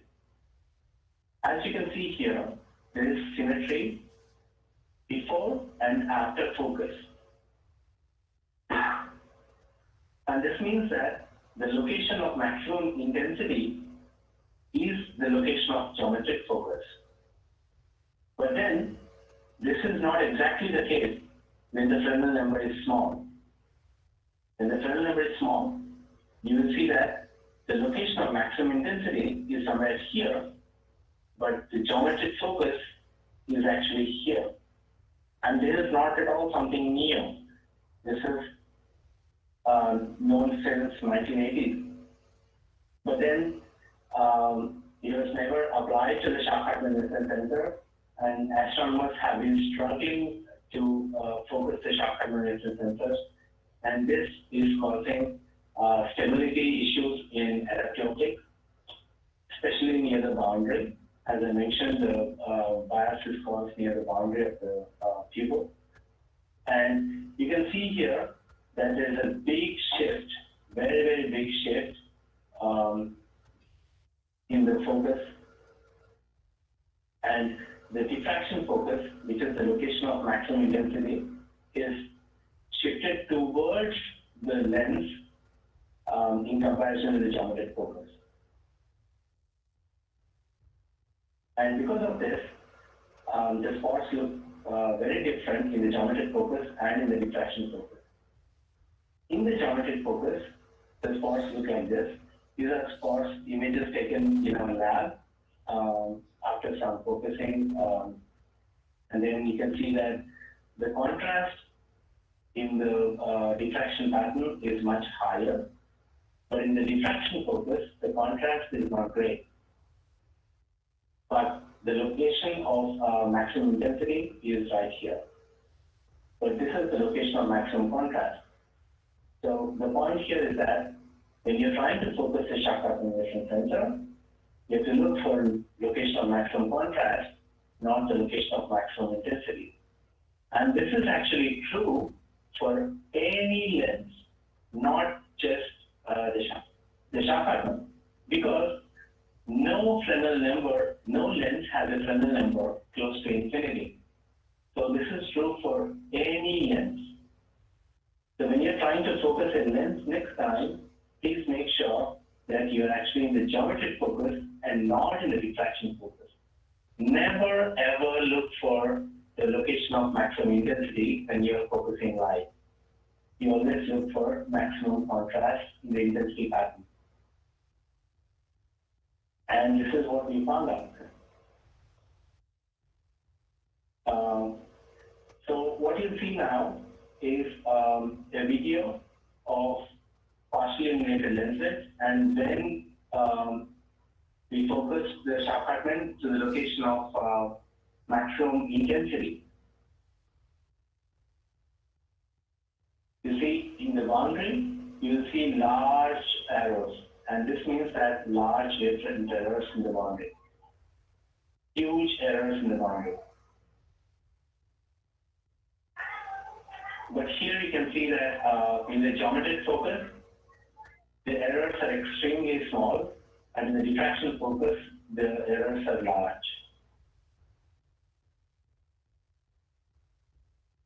And this actually helped us in improving our own Shashi reference center, and this has really helped reduce the RMS wavefront error and improve the stability of adaptive optic systems. So let me go to the next concept of optical scanners, resonance scanners. It would actually be nice to go through the tour of the lab and then continue with this, but then it's okay. Let's continue this way. So resonance optical scanners are used in most imaging most two-dimensional imaging techniques. And these optical scanners are usually typically one-dimensional. So they rotate clockwise and then counterclockwise, and they have a certain speed at which they rotate. And they could be either vertical scanners or horizontal scanners. So here, what we do is we use resonance scanners. So they have a fixed frequency, but then they can be changed in amplitude. And because of the resonance, they can actually go at very high speeds. They can be designed in such a way that they can go at very high speeds. And the scanners that we use in our lab are close to 15 kilohertz. And because of these very high speeds, we experience torque when changing direction. And during the change of direction, they experience a very high amount of torque. And this torque causes waveform distortion. And this is predicted much earlier by Russell, as you can see here in 1972. And he predicted that the waveform distortions that the optical scanning mirrors can induce is proportional to the frequency at which the scanners move and the diameter of the mirror and the frequency and inversely proportional to the square of the thickness of the mirror and elasticity modulus. So it is a combination of the mechanical properties of the mirror and the physical properties of the mirror. So we tested a couple of resonance scanners, and I'm going to present here a 15.1 kilohertz scanner from EOPC because it's the fastest one, and we almost always use this scanner in our lab. So this is the measurement tested that we built in our lab to test the scanners. And as you can see here, this is the scanner that we had tested. And as you can see here, the total wavefront error is quite huge, and it causes, because of the torque, because of the motion, it kind of twists the mirror, and this twist of the mirror causes wavefront aberrations. And these wavefront aberrations are big enough that the Shell ratio is, there's a huge drop in the Shell ratio, even for such a small angle. You know, it's just 2 degrees of angle, and the Shell ratio has come down to 0.1. And Shell ratio is actually the on-axis intensity of an image of the object. And we also tested in our adaptive optics scanning with the ophthalmoscope. This is an image of a paper taken in our adaptive optics scanning ophthalmoscope. And as you can see, as you go out from the center, the resolution of the image is poorer, and the intensity that we receive from the model eye is also less. And even the power spectrum is the same. So as you go out, as you can see here, the peaks become narrower, suggesting that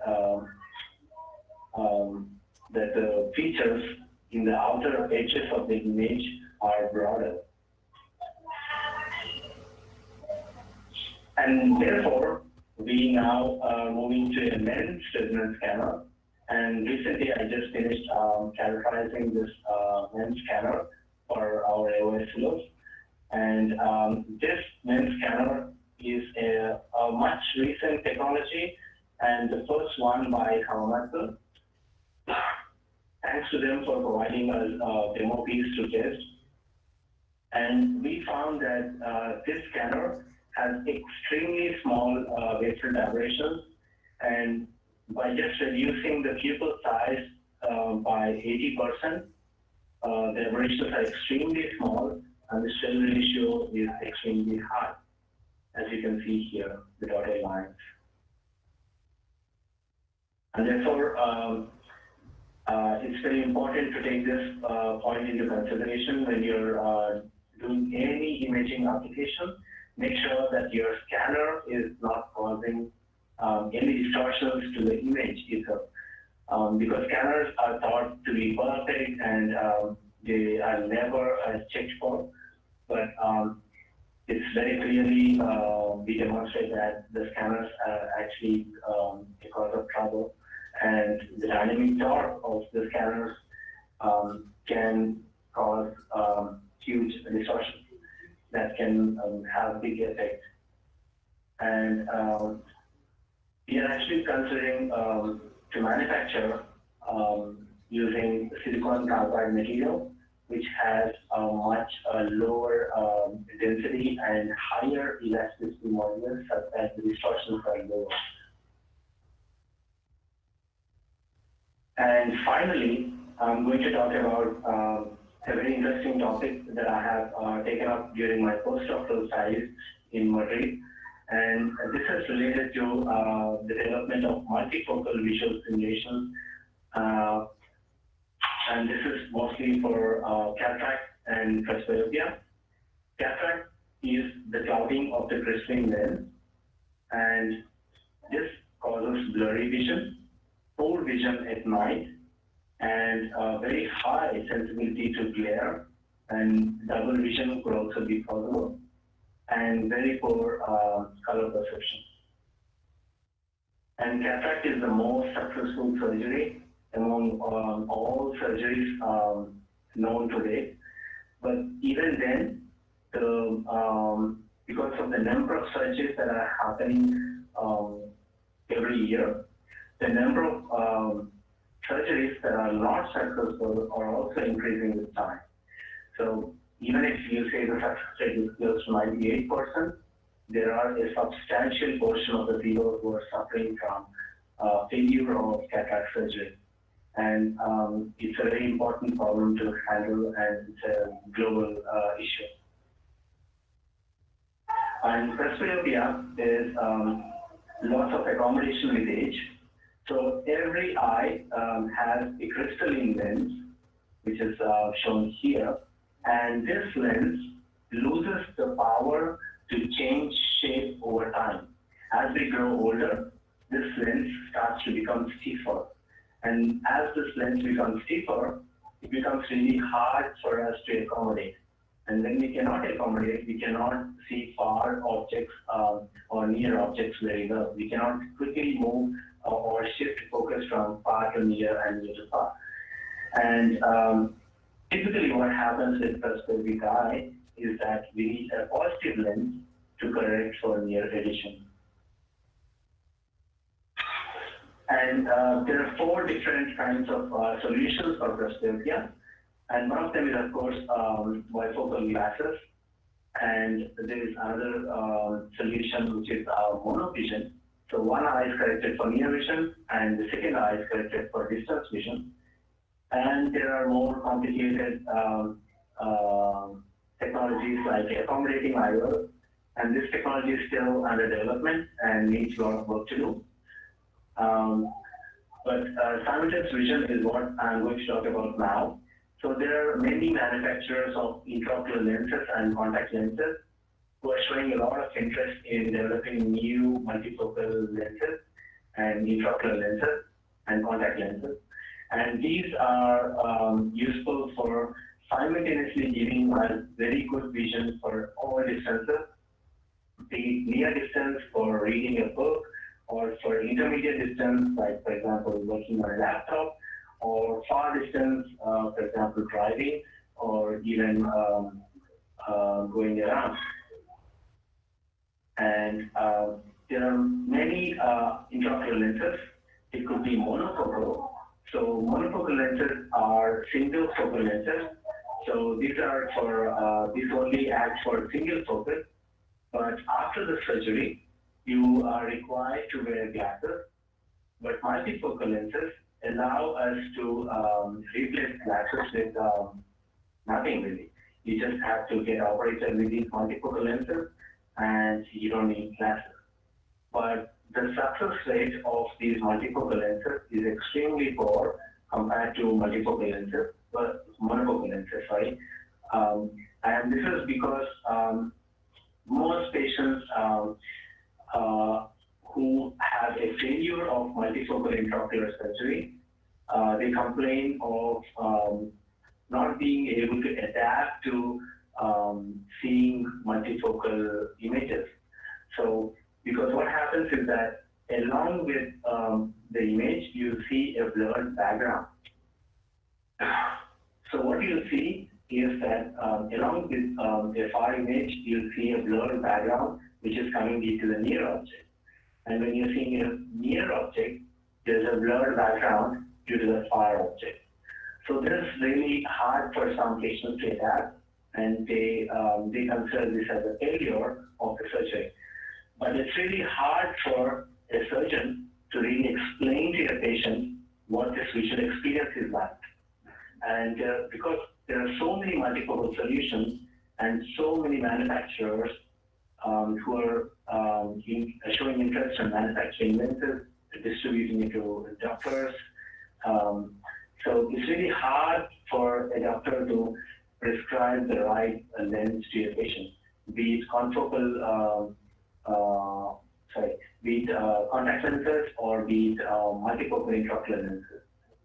So there is a need to have simulators which can give patients an experience of how the multifocal lenses would be like even before the surgery. And this will help to evaluate and also select the right lens for a given patient. So there are different kinds of simulators of multifocal intraocular lenses. So one very popular one is virtual. So here what they do is they place the intraocular lens in aqueous media, like how it is in the eye. You have aqueous media in the eye. So, and this one goes into this instrument, and the patient sits here and experiences vision. And there is another instrument made by Imagine Eyes, and this is based on a deformed mirror, like how I explained before. This can actually change the shape, but then this mirror cannot simulate all shapes because some multifocal intraocular lenses are they have weird shapes, and deformed mirrors typically only generate smooth shapes. And there are specialized modulator-based instruments as well. And what we developed is based on a tunable lens, and this is called a SIMVIS, short for simultaneous vision. And the tunable lens that we use is an Optical. And this is a head-mounted instrument, like shown here. And it's very easy to operate. And there are two tunable lenses, one for each eye. And based on which lens you want to simulate, the tunable lens is given that kind of input. So this tunable lens is a shape-changing lens, and this is electronically driven. It changes focus continuously. It has a response time of 1 to 5 milliseconds, and the optical power shifts can be as large as 6 diopters. And the main goal is to demonstrate multifocal lenses with these tunable lenses and develop some kind of an accurate theoretical evaluation of the input signal that we have to give to the SIMVIS instrument so that we can simulate a given multifocal intraocular lens. So what happens is that a manufacturer will come to us asking for simulating their lens into our SIMVIS instrument. And then we come up with a input signal for the tunable lens such that it can generate the right vision for the patient. And at any given instance of time, a tunable lens can only give one single sharp focus. But then how is it possible to demonstrate multiple foci? We take advantage of the critical flicker frequency of the eye. We can only see 25 frames per second or not faster. So we take advantage of that, and we make sure that we give inputs to the tunable lens at that rate, at least that rate, so that the eye cannot distinguish between the two or three different profiles.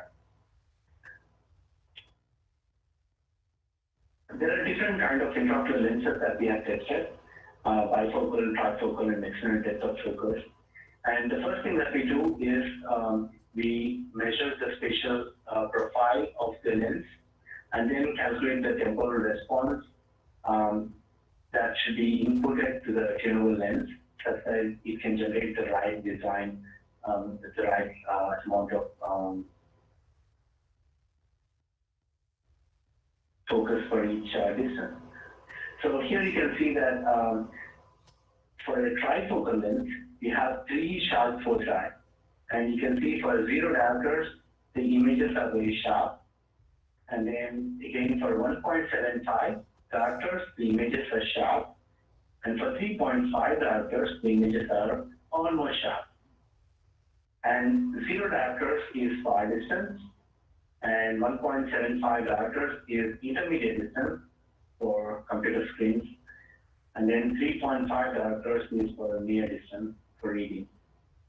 So sometimes if the vision is blurry, the patients might have to use glasses, but then most of the times it is not required. And as you can see, the intraocular lens optical quality and our simultaneous vision tunable lens-based device optical quality are almost similar, and therefore we are quite satisfied, and the manufacturers are also quite satisfied with the way we designed it. And this is for an extended depth of focus. So these lenses are quite atypical from what I've shown before, because they can give very good optical quality for almost all distances. And again, you can see here that with different aberrations, because as I told you before, each eye has different aberrations, and we wanted to examine how different aberrations will affect the optical quality and how it will affect the simulations that we have done. And we have shown that the optical quality is not very different, and they are almost similar, even with different aberrations present.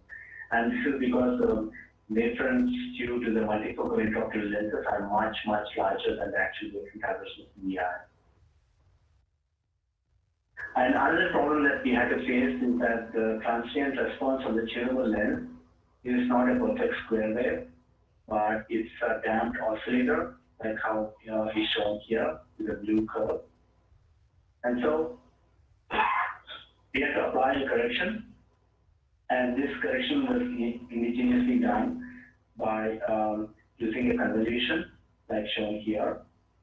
And this is quite simple, and most instruments that have transient response like this one, a similar method is followed. And correction for the input signal is generated, like shown here with the red curve. And then you can see that the final corrected signal closely matches with the input signal. The red line matches with the blue one. And finally, the seamless instrument can now demonstrate any multifocal lens accurately. And it's a binocular instrument and a see-through instrument. It's a hands-free and compact instrument. So right now, I'm happy to share that we sold our first instrument to companies, and they're giving us feedback both in terms of research and also in terms of clinic. And we are happy about that. We also recently tested with Johnson & Johnson contact lenses, and we had great success with even contact lens simulation. And I would like to thank my 3 mentors during postdocs. My current mentor, Alfred Dubra, and my former mentor, Susanna Marcos, and my first postdoc advisor, Brian Monson. And I would like to thank you all for your patience with me.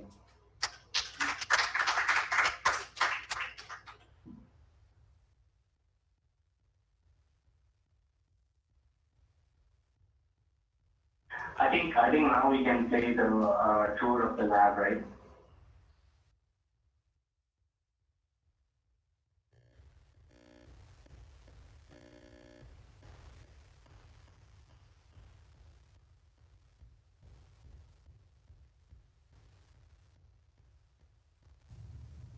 Welcome to a virtual tour of the Dubra lab.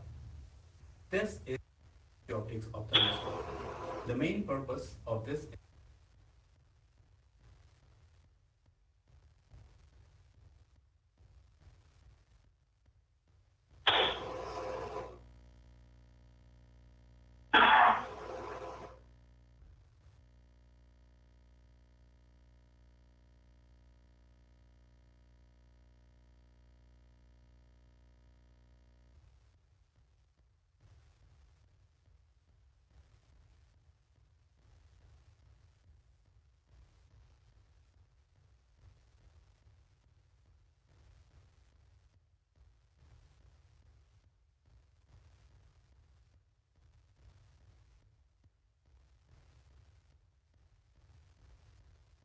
instrument is to serve a large fraction of the population suffering from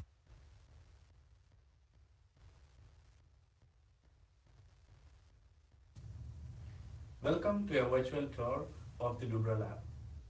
This is an adaptive. The main purpose of this instrument is to serve a large fraction of the population suffering from irreversible blindness due to diabetic retinopathy, macular degeneration, and glaucoma. Early detection of these diseases and monitoring the progression of the structural and functional changes in treatment will help mitigate vision loss and also to find new treatments. Adaptive optics is a technology that is improving the contrast resolution of ophthalmoscopes to the point that individual red cells can be resolved and tracked over time. This capability of adaptive optics is helping to detect early signs of disease and even monitor minor changes in the retinal structure. The adaptive optics technology is still not ready for clinical deployment because of its operational difficulties, success rates, and extensive data processing. However, many labs around the world are using these systems to study retinal diseases, and this is evident from the number of publications over the last decade. This is a custom-built adaptive optics ophthalmoscope. This is installed in our clinical research area. It is a result of years of research and development by current and former colleagues under the leadership of Dr. Alfred Dubra. This particular instrument was built by Dr. Peter, former postdoctoral. I'm wearing a mask now to avoid any accidental contamination of the optics while speaking. And as you can see here, the instrument is sitting on a large optical bench. And this is an adjustable chair on which the study participant will sit. And he or she is stabilized on this bibar, which can be adjusted using three translation stages. And the very high transverse resolution of adaptive optic systems is achieved by using a large pupil. Here we use 8mm pupil instead of the typical 3mm pupil that is used in the clinics. And because we use a large pupil, we have a lot of aberrations, and these wavefront aberrations can be corrected using a deformed mirror. And here we use a voice coil actuated deformed mirror. This instrument is largely made of mirrors because we want to avoid reflections from the back surfaces of lenses. This also improves light efficiency and light safety because we can use less light to illuminate the retina. And moreover, this allows us to do multi-wavelength imaging because we are avoiding chromatic aberrations due to lenses. Let us see some more details about the instrument using a few slides. Firstly, thanks to Bartek for helping me in making this video. He is a software developer in our group. Let me start with the light sources. In our instrument, we have 3 illumination channels that run parallel to each other.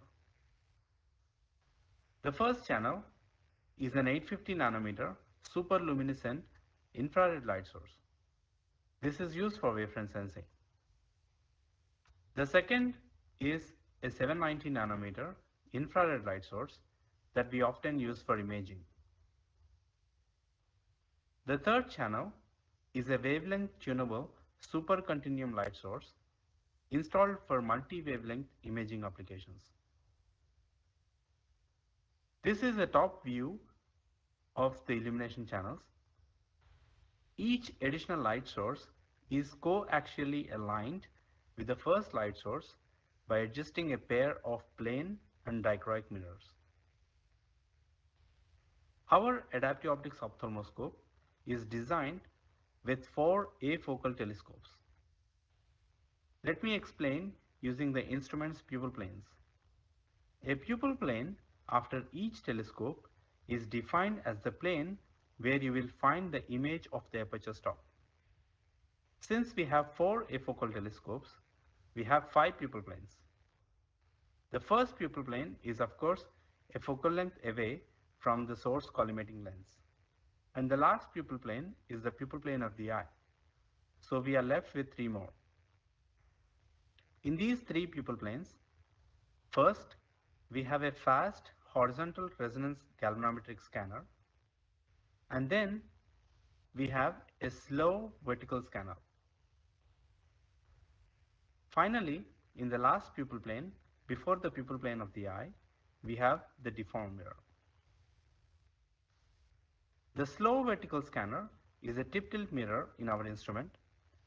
The fast resonant horizontal scanner has a frequency of 15 kHz. These two scanners operate in synchrony to obtain a two-dimensional raster scan. A small fraction of the light that is scattered off the eye is directed to a Schack-Hartmann wavefront sensor, which feeds inputs in a closed-loop manner to the deformed mirror.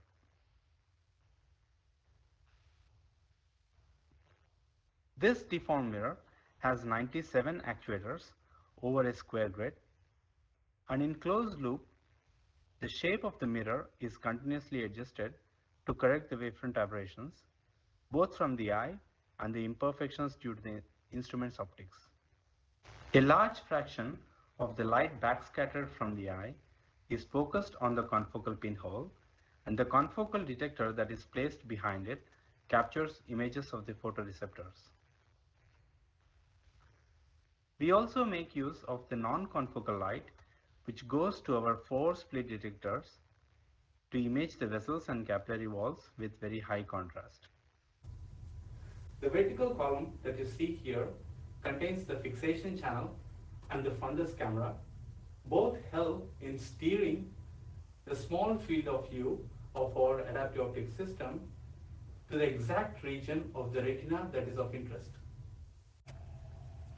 Retinal imaging with our adaptive optics ophthalmoscope needs 2 operators. One of them is controlling the adaptive optics software and the subject's position, and another one is a photographer who is taking pictures and taking notes.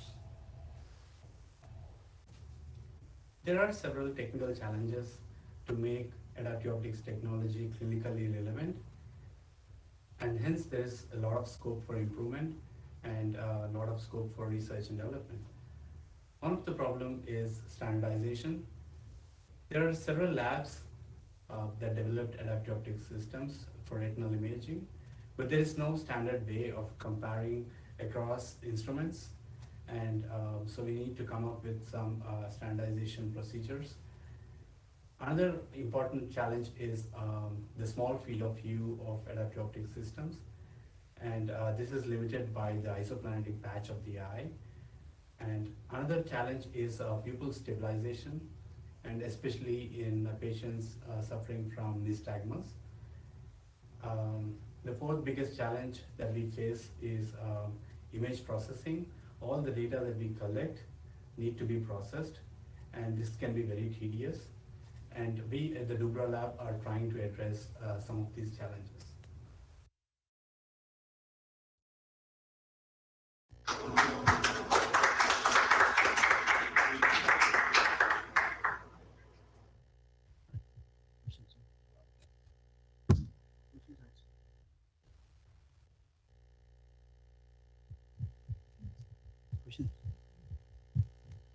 Vyas, you are there, right? There are a couple of questions.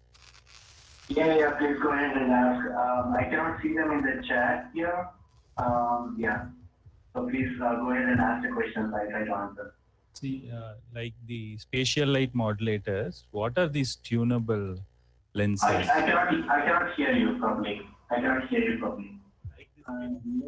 Like the spatial modulators, Yeah. what are these tunable lenses made of? Are they electro-optic devices? What are they? Can you expand on that? Yeah, that's a good question. So these are the ones that we use are liquid filled lenses, and they're electronically controlled. So it actually has a ring, and I was actually surprised when I first found out how it is controlled.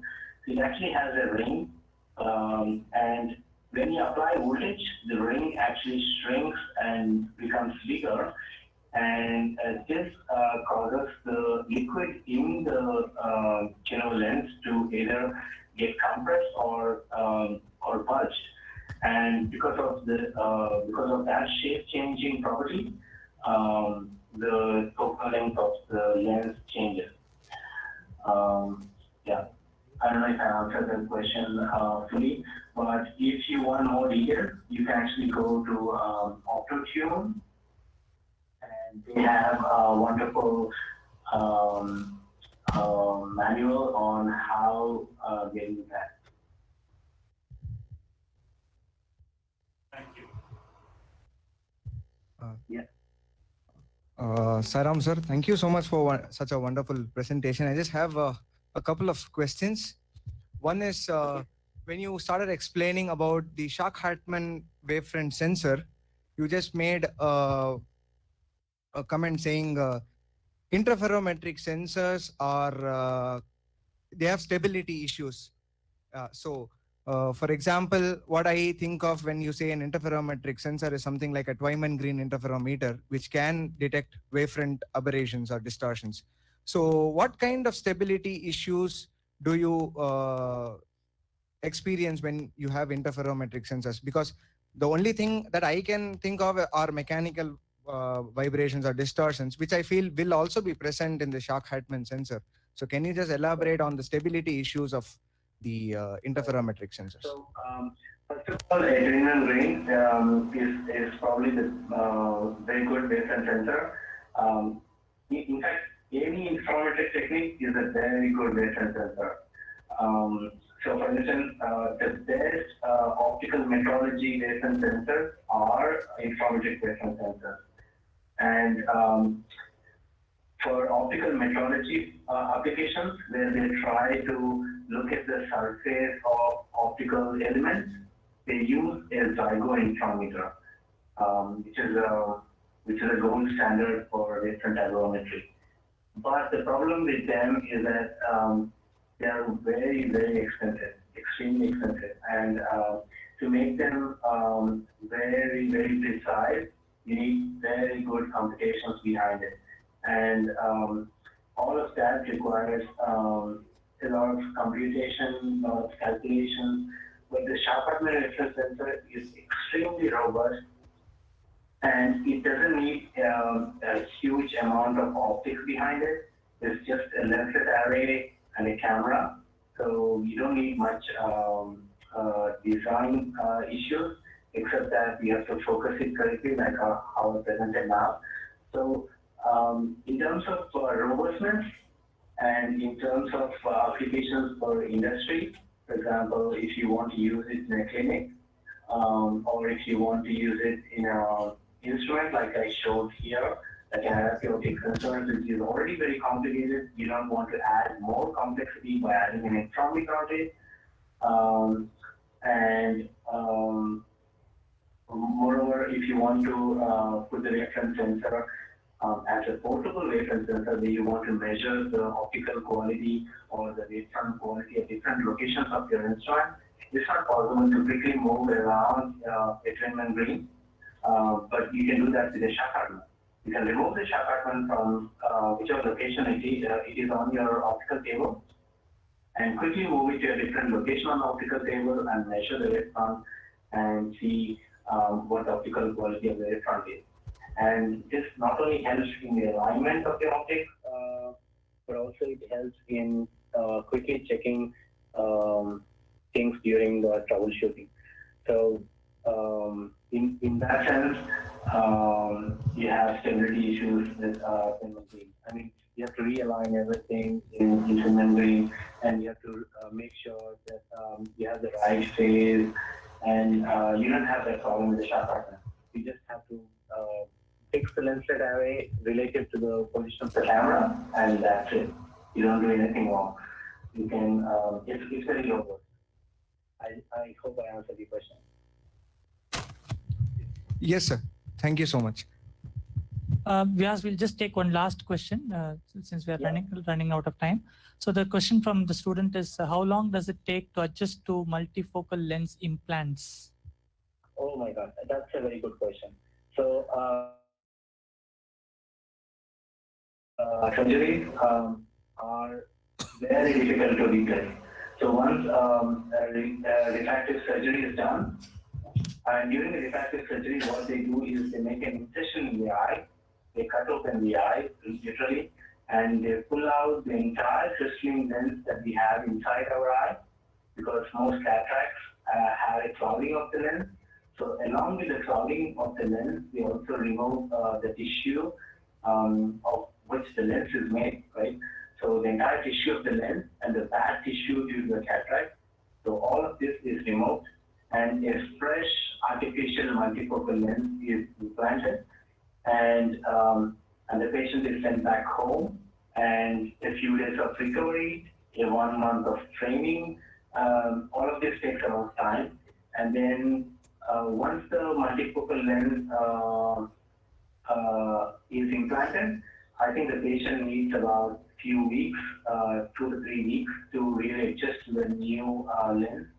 So that's why it's very important to have an experience of multifocal lens even before the surgery. You know, because once it is implanted, it's really hard to remove it and place a normal lens implant. So it's extremely important to have this tested even before the surgery. Thanks for asking this question.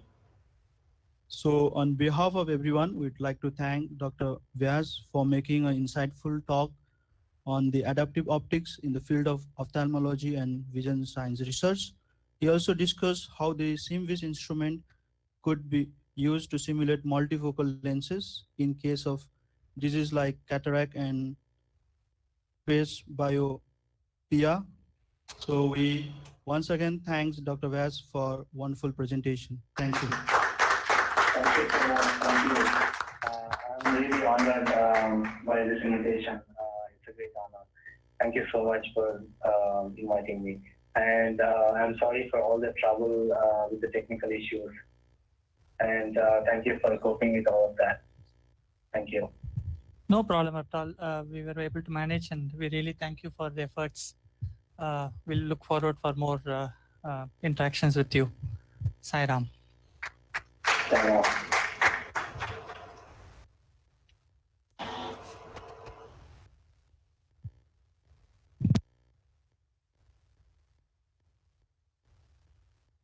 Om Shri Sai Ram.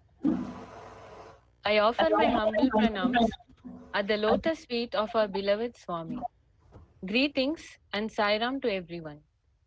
I have the honor of introducing Mr. Shashi Kumar, the next speaker of today's session. Mr. Shashi Kumar, a first-generation entrepreneur, is the founder and the managing director of the Phoenix Medical Systems Private Limited. We are proud to say that Mr. Shashi Kumar is an alumnus of the Sri Satya Sai Institute of Higher Learning.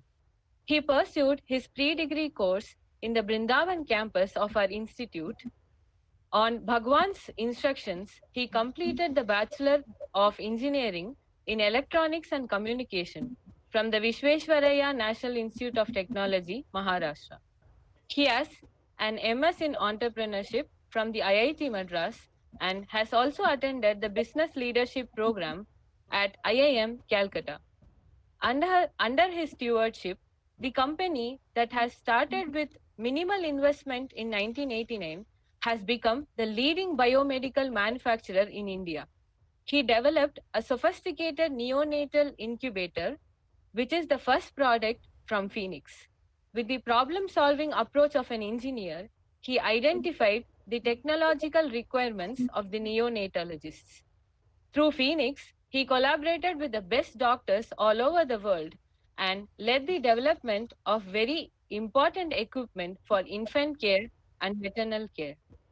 Phoenix is the leading supplier for many crucial life support ventilators for babies, radiant warmers, and respiratory support systems. The product range has now grown to include COVID 19 care units and innovative assistive devices like smart cane, refreshable braille readers, and standing wheelchairs to support the specially abled. Phoenix is continuously working on many social initiatives in line with the Sustainable Development Goals. The company's R&D facility is recognized by the Department of Scientific and Industrial Research of the Government of India for the phenomenal work undertaken by Phoenix to provide affordable and high quality products to the society. Phoenix Medical Systems has also entered into a host of partnerships with many prestigious organizations to develop their products. Mr. Shashi Kumar's enterprise, innovation, and social contributions have gained wide recognition. To mention some of his achievements, Sir has been invited to contribute as an author to the State of India's Newborns 2014 report that was published by the Public Health Foundation of India.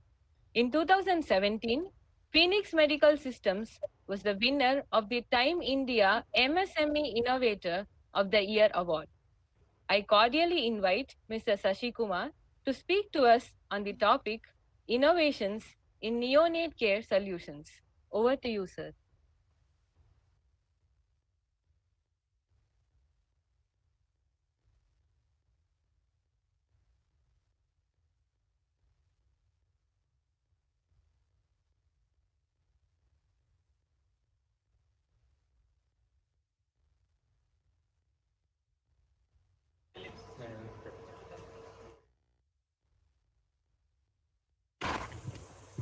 Sashi sir, your mic is not active, I think. We are not able to hear you.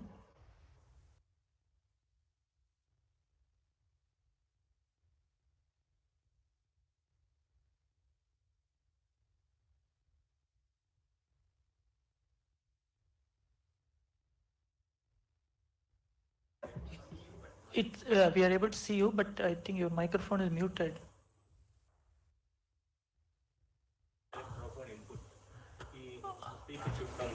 Oh, yeah, your mic is shown as on, but the voice is not heard. Probably you have to select the correct input in the computer, I think. Now is it okay? Yes, yes, yes. Okay, fine. Yes. Fine, I just switched on to microphone, smaller one, yeah. Okay. Yes. So let me do the presentation on.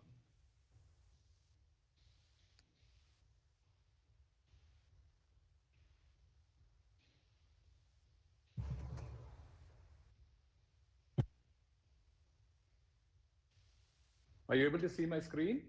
Yes, sir. Yes. Yeah. Okay. So let me start off. So one of the things which I definitely would like to make you all understand is what's the neonatal care first. So I mean, to give you a background, I don't know how many of you, I mean, because you're all in physics and of course science, are aware about what is the kind of mortality in neonatal mortality. is a very important economic indicator for a country. So if you look at it currently, the neonatal mortality is approximately around 28 per thousand live births in India. It's pretty high compared to, I mean, and so certain states are very, very high. And actually, if you look at it, 40, I mean, if you look at the child mortality, it is approximately 40 to 49 per thousand births. And if you look at 28 in the neonatal, which means that newborn baby period, which is as soon as the baby is born till the first 28 days is called the neonatal period. And in that, 70% is during the, I mean, I'm saying in the child mortality, 70% is in the neonatal age. Of course, we have not taken deaths which are, less than 28 weeks or, less than 1,000 grams babies. We don't even include in all those things. But if you include all those, it could be much more. Now, to understand a little more, I'm just saying, I'm sure that most of you would have somewhere understood about how the baby is inside mother's womb and how the baby, when the baby is delivered, what it has to do. One of the things is few organs which the baby has, like the lung or the digestive system, all these are not working inside the womb. And as soon as the baby is born, the umbilical cord, which is as what's a lifeline for the baby, it's sort of cut off, and the baby has to do the respiration and all other activity, including temperature control and all those things, by itself. So it's a major physiological change which happens, at that time. And now the baby's biology, and including how the way the metabolic activity plus respiratory activity and all these things have to start off. So to understand a little more, I'm sure that most of you, because of COVID, you would have always heard about something called as alveoli, which is the air sacs which keeps the or the helps in respiration. So if you look at the preterm baby's lung, it's actually, I would say it's sort of completely collapsed inside the mother's womb. And it's not developed at all. There's no surface tension. If you don't have the surface tension, what happens is these alveoli is not, fully blown up. And if it is not, sort of blown up, the capillary activity which has to take place inside these alveoli sacs will not take place, and therefore the gas exchange does not take place, and the baby is blue in color. It's not the heart which has failed, it is basically the oxygenation. So that's the reason why every time when the baby is born, the first things they ask is did the baby cry? And that's basically the baby gasps and starts off the respiration. If not, then it has to be supported by an external means. Of course, let's go on to next thing called as body temperature. Again, a full-term baby, as what we call, full-term baby, has enough fat stored in the body, which can, sort of, due to metabolic activity along with oxygen, it can have, keep maintaining temperature. But if the temperature drops down, then of course, the body temperature, it's what you call it as hypothermia.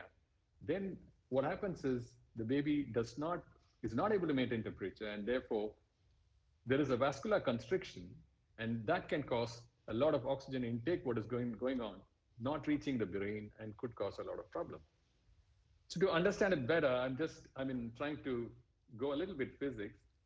So if you look at it, a baby has to produce heat because the baby, we are all, warm-blooded, and we need to understand why the baby needs, more warmth. So one of the things which happens is where every time baby is kept in atmosphere, wherever it is, there is a heat loss. Then it's better that we understand what is the heat loss, how the modes of heat loss is. I'm sure most of you would have known all these things, but definitely I need to a little bit dwell into what it is. Of course, I will, go through very quickly because I'm sure that you guys have already gone past that time what is there. But of course, I would just try and make you understand what it is. Conduction, this is one thing which we keep repeatedly saying. The baby is on a surface which is cold. It could transfer the heat, and therefore the baby is trying to maintain that heat on that surface, and therefore the temperature is going down for the baby. Another one is a convective current. When if a convective, it's a little bit of air or air conditioning there, that could sort of cool the baby. As what I keep saying on a typical example is a hot cup of tea, and blow on the top of the cup to a convective current to cool the tea there. Then of course the evaporative loss. One of the things which always we don't even think about is the cooling taking place because of evaporation. As the water molecules evaporate, leave behind the baby cooler. So this is what happens if there is a little bit of fluid, as what we say, the amniotic fluid on the baby. And of course, another one is the radiation. This is, as I'm sure the physics student you would know, most of the and the baby itself is a body with generating heat, and it always try to heat up the surroundings, which means even a cold glass or a window, the baby is nearby, or some object which is nearby, which is not actually in contact but just radiating. As the typical example is of the sun, which is so far away, but then the heat is still transferred on to us.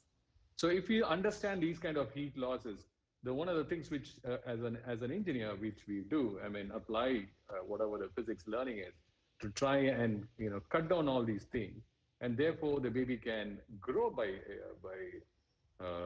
itself by just whatever the as what is the fat which is there, or by feeding whatever the fat is coming in, the baby starts growing. And the ultimate aim is the baby has to grow in the neonatal period. To bring you, this is one of the innovations which really got quite a lot of attention world over. This is called as Embrace Infant Warmer. So what it does it do? It has got a phase change material inside. So there's something called as a warm pack. You can see the warm pack, which the temperature of this material inside, the phase change takes place approximately around 37 degrees centigrade. And that you initiate by putting it into this small heater, which is called as the AccuTemp heater. And after the phase change takes place, you take that and put it inside the blanket, and the baby is swaddled around, and that keeps the baby going warm. So this is one fantastic technology. I'm sure most of you know as far as the phase change. So what we did is try and have engineer the material which will sort of melt at 37 degrees centigrade. And when it's, coming back towards the, solidification, that time it is going to be releasing heat, and that's the heat which the baby is kept on warm. So this very, very interesting way in which the baby is kept warm. And one important thing what happens is the baby can be kept warm without electricity. So it could be used in places which does not, of course, the baby's, the PCM material itself has to be brought to the temperature, when it could be brought to the temperature by even putting hot water onto it. So this is a very, very simple technology, but it's really very wonderful. And it did definitely, this is one of the Stanford initiatives. Stanford, one of the students did it, and it won quite a lot of awards across the world. The next one, which we tried and did, another equipment. See, like what happens is, if you look at incubators, which I don't know how many of you have heard about it, it's sort of creating a small womb like environment outside the mother, so that the baby grows inside this incubator. And sometimes the baby is in the incubator for quite a long time. Could be a month or 2 months or 6 months, depending upon how premature the baby is and what is the disease condition. So one of the key problems in incubator is when we have 37 degrees centigrade as the temperature for maintaining the baby's warmth, and we have humidity and so on, unfortunately, we also let the bacteria or the virus grow inside, microorganisms grow inside. That could be a problem for the baby, and not only for this baby, for the next baby who's coming in, because we could leave behind some microorganisms there, and the next baby could be cross-contaminated. So that's where we, along with Professor Govindrao, who is in UMBC in Maryland, Baltimore, developed this disposable one. This is basically using cardboard. I'm sure all of you know about this cardboard. We use it on a daily basis. And why cardboard? Why not? Because if you and me can eat pizza out of a cardboard box, we definitely think it is safe. And why not the same thing used for just keeping the baby warm? And once the baby has grown to a particular state or particular weight, you throw that disposable incubator, and therefore you don't cross-contaminate, and it is much more, I would say, environmentally safer. So this is another thing which, as an innovation, we did. Neonatal infant jaundice, as I said in the beginning, the digestive system is not started off, so therefore you have a lot of bilirubin put into the bloodstream. And if the blood it's more and more onto with bilirubin, it could end up with kernicterus, and that could cause sort of a scarring of the brain, which is irreversible. And we have had, as what we say long back during my college days or school days, so we used to keep calling something called as village idiots. Maybe these guys had never got any kind of a treatment where the jaundice levels had gone up so much that it caused a problem with the brain. So how do we treat them? It was found that long back, again, in one of the labs, what they had done was take a sample of the baby's blood, and I think it was Saturday and Sunday, they left it on the windowsill, and actually the baby was, the yellow pigmentation was pretty high. On came and took that blood sample and gave it for checking out the bilirubin. They came back saying that the bilirubin is not there, but the baby has got too much of bilirubin. So they found that the sunlight could, sort of break down the bilirubin in the blood. And the question would be then, why not for adults? No, adults is different. That's, as for pathological jaundice, this is physiological jaundice, because the liver started just functioning, and therefore it may be, throwing up quite a lot of bilirubin into the blood. So this device, or this phototherapy with using LED is what we do, and then this kind of a light spectrum where it is effective is what they found out.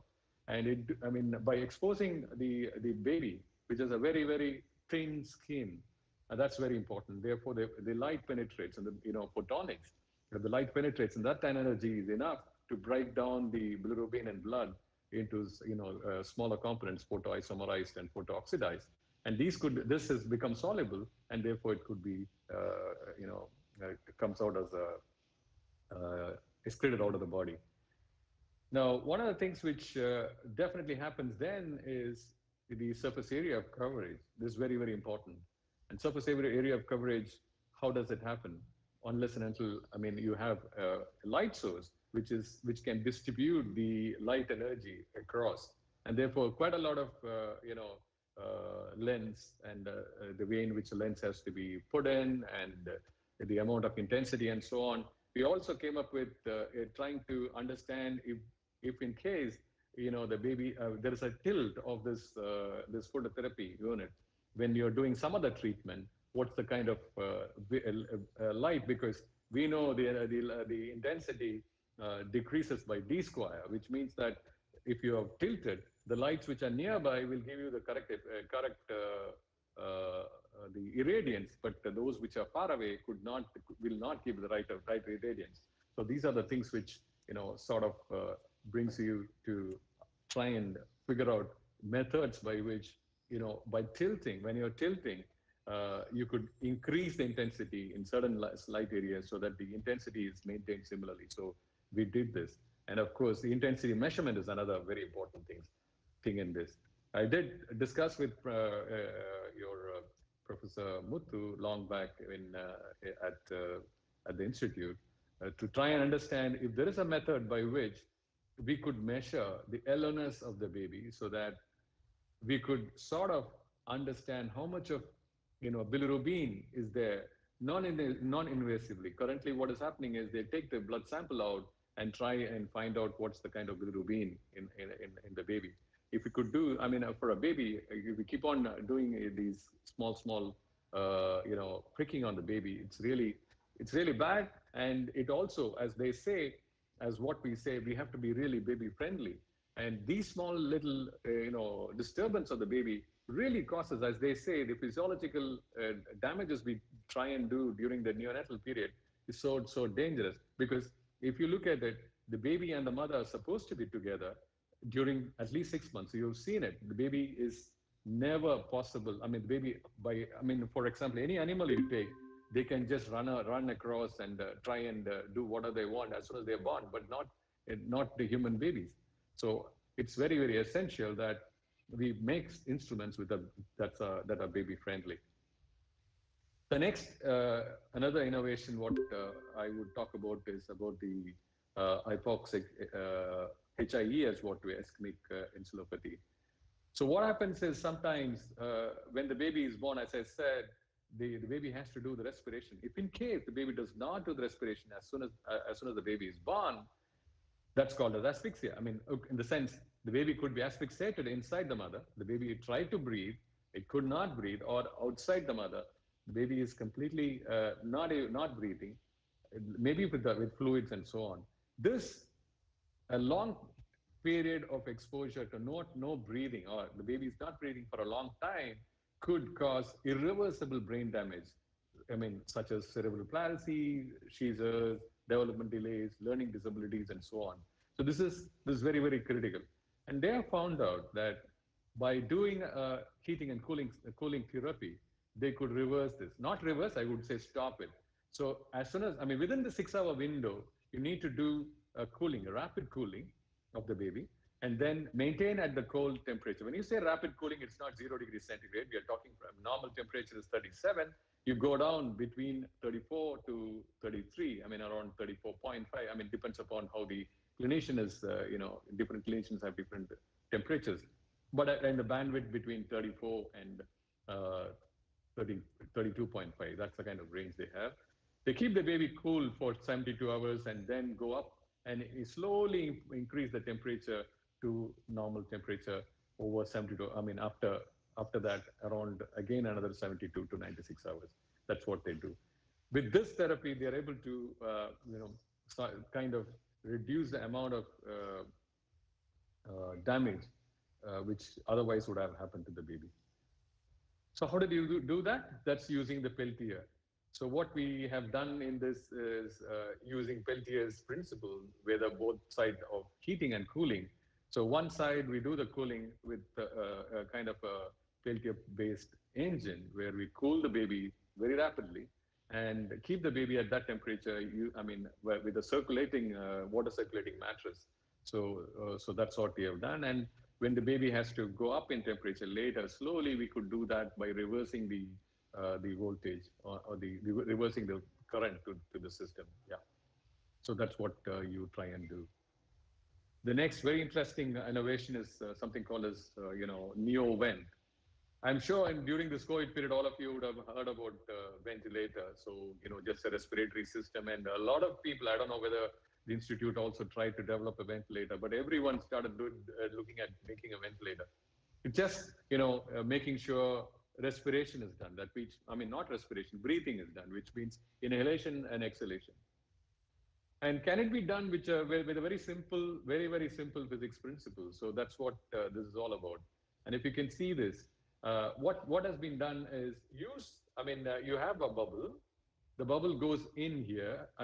There is a water jar in which you keep a small float, and you let the bubble come and trap onto this particular float. And as the number of bubbles go up, the float will slowly rise up. You can see that in the picture here. Yeah. So that's what happens. So with that, you could do a respiration, that is inhalation, exhalation. That's a fantastic thing. It's no need for your expensive ventilator. So this is one technique we did. I mean, this is one thing which was developed at Michigan University, and we are working along with them to develop this as a product. Just a second.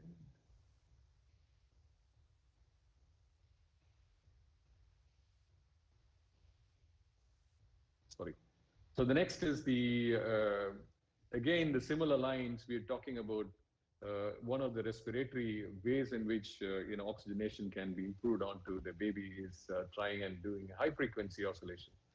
Whenever we talk about high frequency, we talk about, I mean, we think about, kilohertz and megahertz and so on. This is not that kind of a frequency. We are talking about 12 hertz or 15 hertz to 20 hertz is the kind of frequency which we are having. Generally, the baby would be breathing approximately around 60 breaths per minute, or, I mean, in a second, one breath. Now, we try and make it 12 breaths in a second, which means that's the kind of frequency we are talking about. And that could sort of, we do not know how the kind of way in which it happens, but it could sort of improve the oxygenation in, I mean, it's actually oscillating the alveoli. And I keep repeatedly telling my friends that that's the reason why maybe the Omkara, what we try and do, could be kind of an oscillation of the alveoli, and therefore it could improve the oxygenation. So same thing happens in for a baby. What we are trying to do is to try and oscillate the alveoli with the frequency.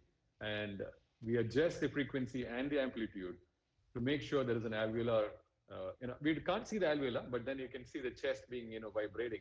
And that could sort of increase the oxygenation. And that's one fantastic way of making sure the baby's oxygenation goes up. I mean, this is done for babies which have very small area of the lung which is available for respiration, because maybe the baby has certain disease, or the lung is not in a good condition, or could be having pneumothorax or any of those kind of things, which could, which then you will put the baby on a high frequency. A normal ventilator may not save the baby. Then about, I mean, of course, I did hear Dr. Vyas speaking, and yeah, this is retinopathy of prematurity. So if the baby is premature, and there is a large, and we don't normally try and give, sort of oxygen supplement for the baby, there's a large risk of retinal damage, and we need to make sure the baby, before the baby is, going out of a hospital, we need to find out if there is any retinal damage starting off, because this is again a reversible problem. And you could, I mean, I'm sure that most of you would have heard about ROP, retinopathy of prematurity, and it could cause retinal damage, which could cause blindness. Yeah, so that's a very severe condition. So for diagnosing this, normally the ophthalmologist would use the binocular indirect ophthalmoscopy. The problem here, I mean, between this and having another device, which is a wide field imaging system, where you put this device directly on the eye of the, of the baby, and you could see what's the damage which is getting done. It's got a 120-degree image thing, and this kind of gives you kind of an idea about how different it is between the normal bio and the wide field imaging. That's this is again a company which is making it, and this is the Trinetra Neo, and it could sort of give you the kind of imaging what is required, and it's sort of a screening tool for every baby who's there in the neonatal ICU. Okay, so that keeps yeah, I think, yeah. So I'm trying to bring in a kind of a sense here to make the total people in students try and understand how we go about designing. I'm sure in most of our cases, I mean, all of us are from the same way of education. When we sort of look at a problem, or you're given a problem, all of us, whenever we are asked a question, I mean, I would put it that way. When you ask a question, the most immediate thing would be we are trying to give an answer immediately. The guy who gives an answer immediately is the person who we think is intelligent and is the smartest guy and so on. But I think that's where the problem is.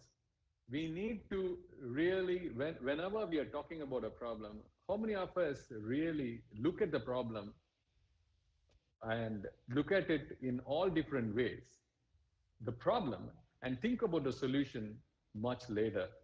I think that's where the issue is. In designing, one of the key things is looking at the problem, and that can happen for example, I'm saying for Phoenix, we are talking about the products which are used in hospitals. So in other words, if our engineers do not put in effort and time in understanding the problem, which means the people or the engineers have to be in the clinic, immersed in the clinic, understanding the problem. That's very, very critical. I would say, and as what Einstein said, if he's given 1 hour and he's supposed to solve a problem, he would say 55 minutes to think about the problem or understand the problem, and then just 5 minutes for the solution. That's the kind of thing which you would do. Similarly, for any design or anything which is innovative, you need to definitely immerse yourself into the problem completely, understand the problem as much, and different angles, different ways in which the problem can be thought about, and then only come back with an ideation. So I would say, 60% of your time should be spent completely on understanding the problem. Then comes on to the ideation. By ideation, you could, again, take parallels from what is happening in the world and try and bring in those kind of ideas. It's not that always you have to do something completely away. I mean, of course you could, but ideation could be from a lot of concepts which you can bring in. And when you have an idea, definitely it's better that you run through the key opinion leaders or some of the users and so on. Users being everyone, including the person who is sweeping that place, or to a person who is just walking around, or a family member. All these are users, I would say. You would definitely interact with them to understand what is that which they're looking for in a product, and come up with a specification. Once the specification is done, then only we start touching the engineering design.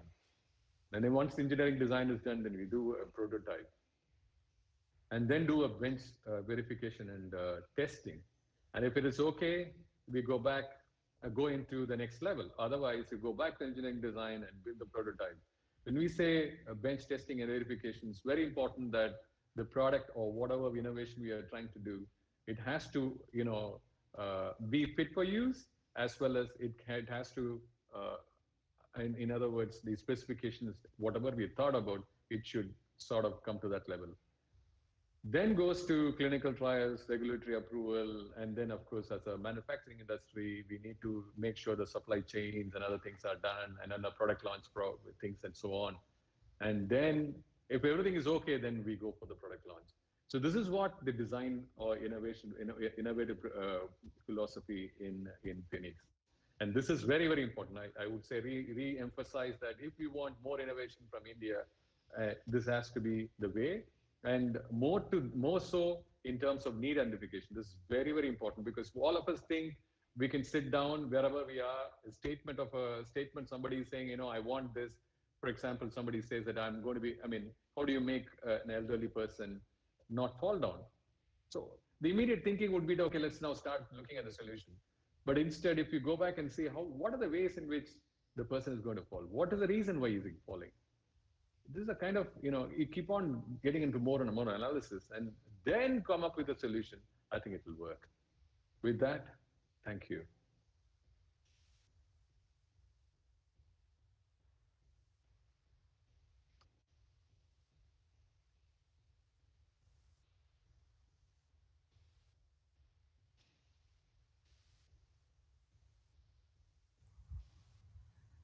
Hello. Yeah. Now with your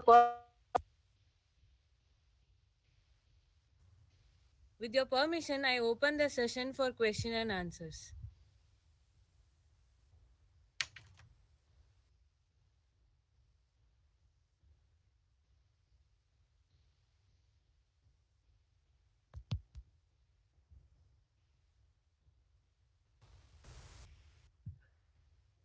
Thank you, sir. Thank you for a wonderful presentation.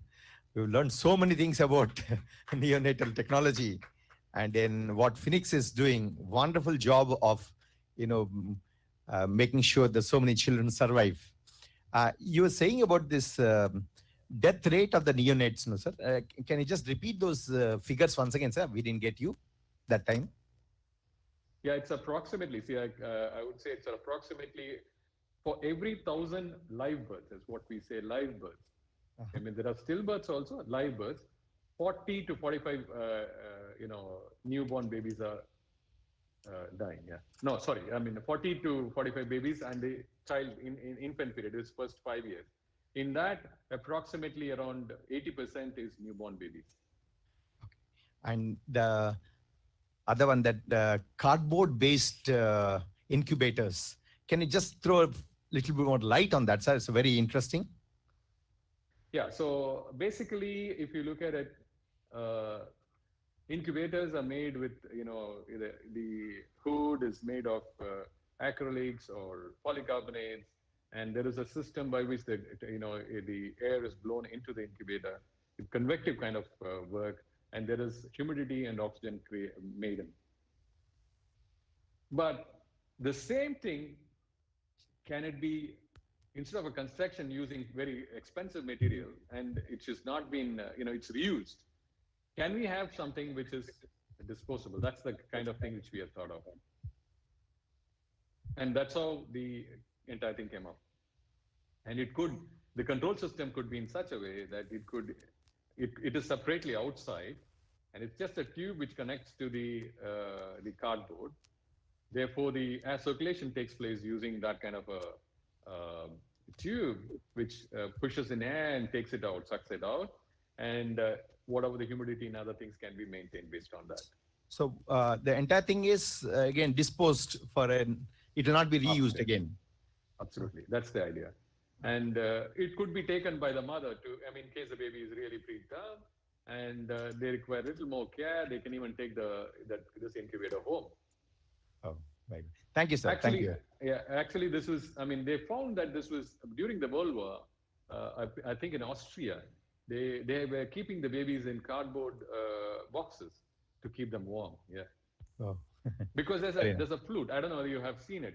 Any cardboard box has a double layer. There will be a flute in between. Yes. So that's insulating. That is the reason why you get the pizza warm whenever you order for a pizza. Oh, very good. Very good. Thank you, sir. One more question. Sir, I think you're the right person to ask this question. If you can move to the last slide, please, sir, where you spoke about the various stages of a development. There you mentioned about the clinical trials and all that, right, sir? So in our department, we have some innovations which have come up, and we have finished even the clinical trials. So as academicians, we don't know what is the way forward after that.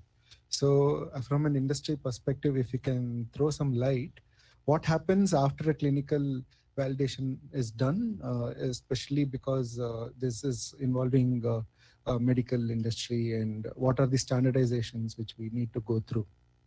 Yeah, so clinical trial, as I would say, it's only evidence creation, saying that this particular product or whatever you've done as a product or a innovation is okay. It's treating the patient as what you intend to do. Yes, that is not a product. It needs maybe regulatory approvals, because in India we have CDSCO as regulatory approval. In international places you have US FDA or CE mark things. That is one side. And as a company, they require to know the supply chain, how the product has to be built. I don't know what is the product, but I'm saying you need to, for example, in our kind of case, if you take a cardboard incubator, we need to make sure, see those panels which are there, which is, through which the baby is visualized. We are using the same, the cellophane paper, that is the transparency paper, which is used for OHP. So that is actually cellulose. So it could be, disposed. That's the kind of thinking which we have. So these are, material, lot of material inside the control system and so on. We'll have to make sure that there is a supply chain, which is, bringing in these kind of items into the, and then of course the cost of the material to make sure there is some profit at the end of the day. And I'm sure that you all know that unless and until the, the product is sort of told to people, nobody will buy it. So these are very important. Just the clinical trial is only one part of the story. Yeah.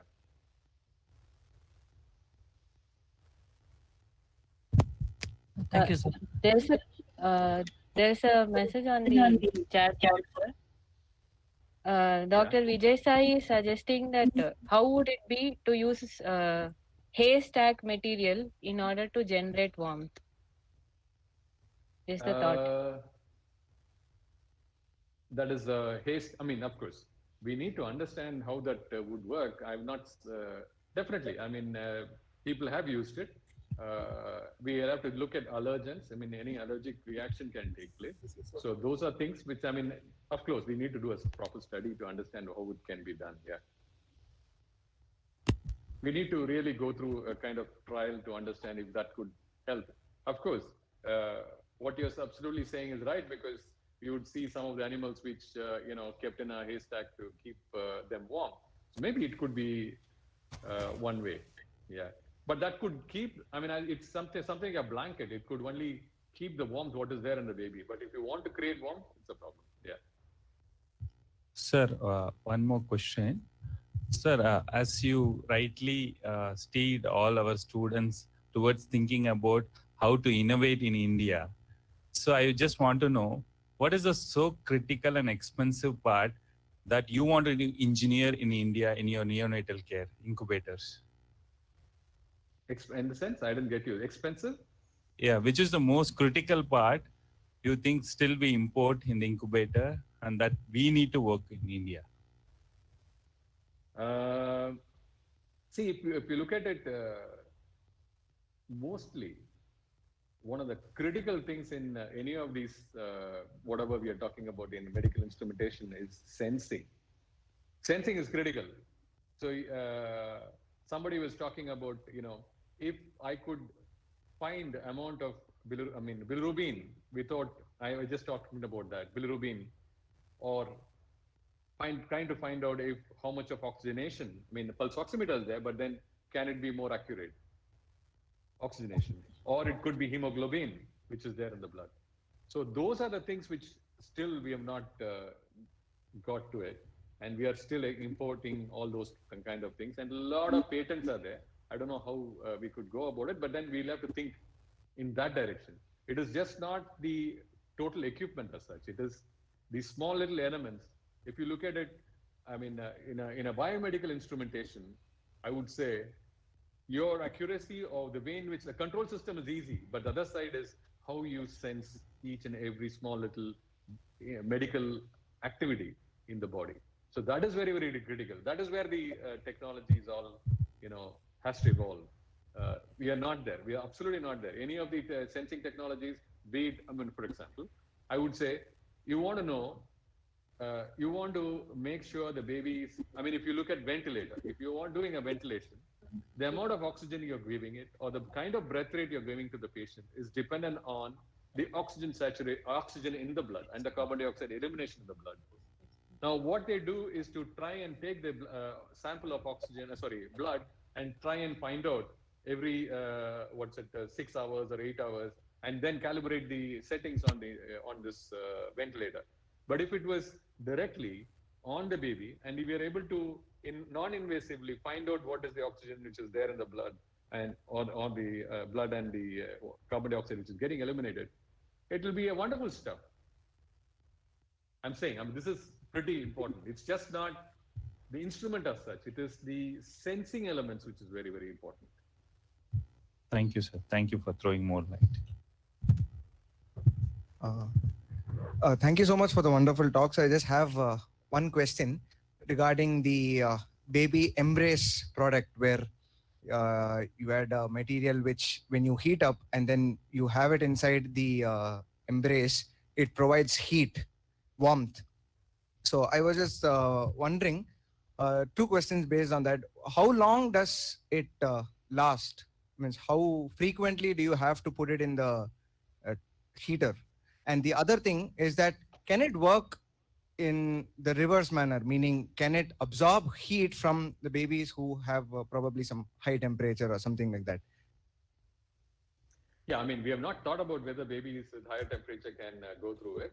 But of course, here we are talking about phase change. So the amount of material which is there inside, I mean, of course, it's straight in terms of physics, the amount of weight of the material there and the size of the baby, all this put together, currently, this can work for 6 hours. Yeah, so the material which is there can keep the baby warm for 6 hours. And then take this out, again warm it, again put it back another 6 hours. Or you could have another element which you could keep it heated, you can replace it immediately. This is how it is going, yeah.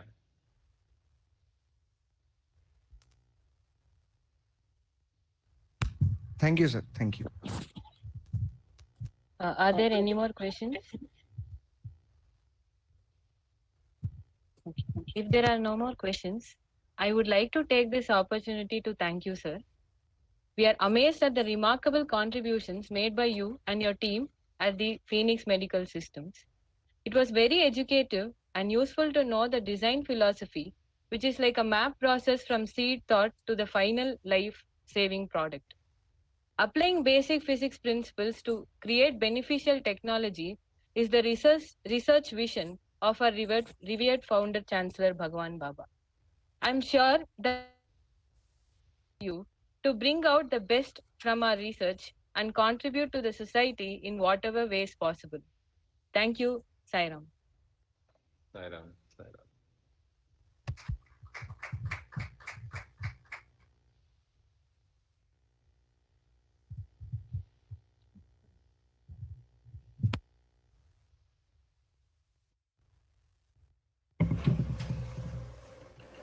Sairam to everyone.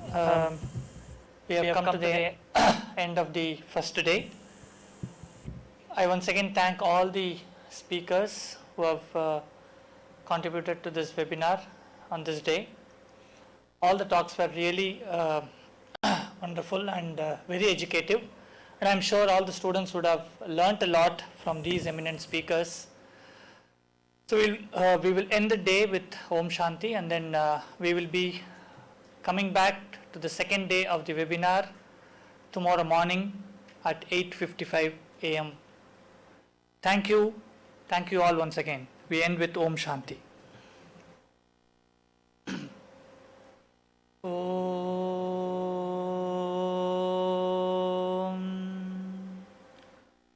Shanti Shanti Shanti. जय बोलो भगवान श्री सत्य साई बाबा जी की।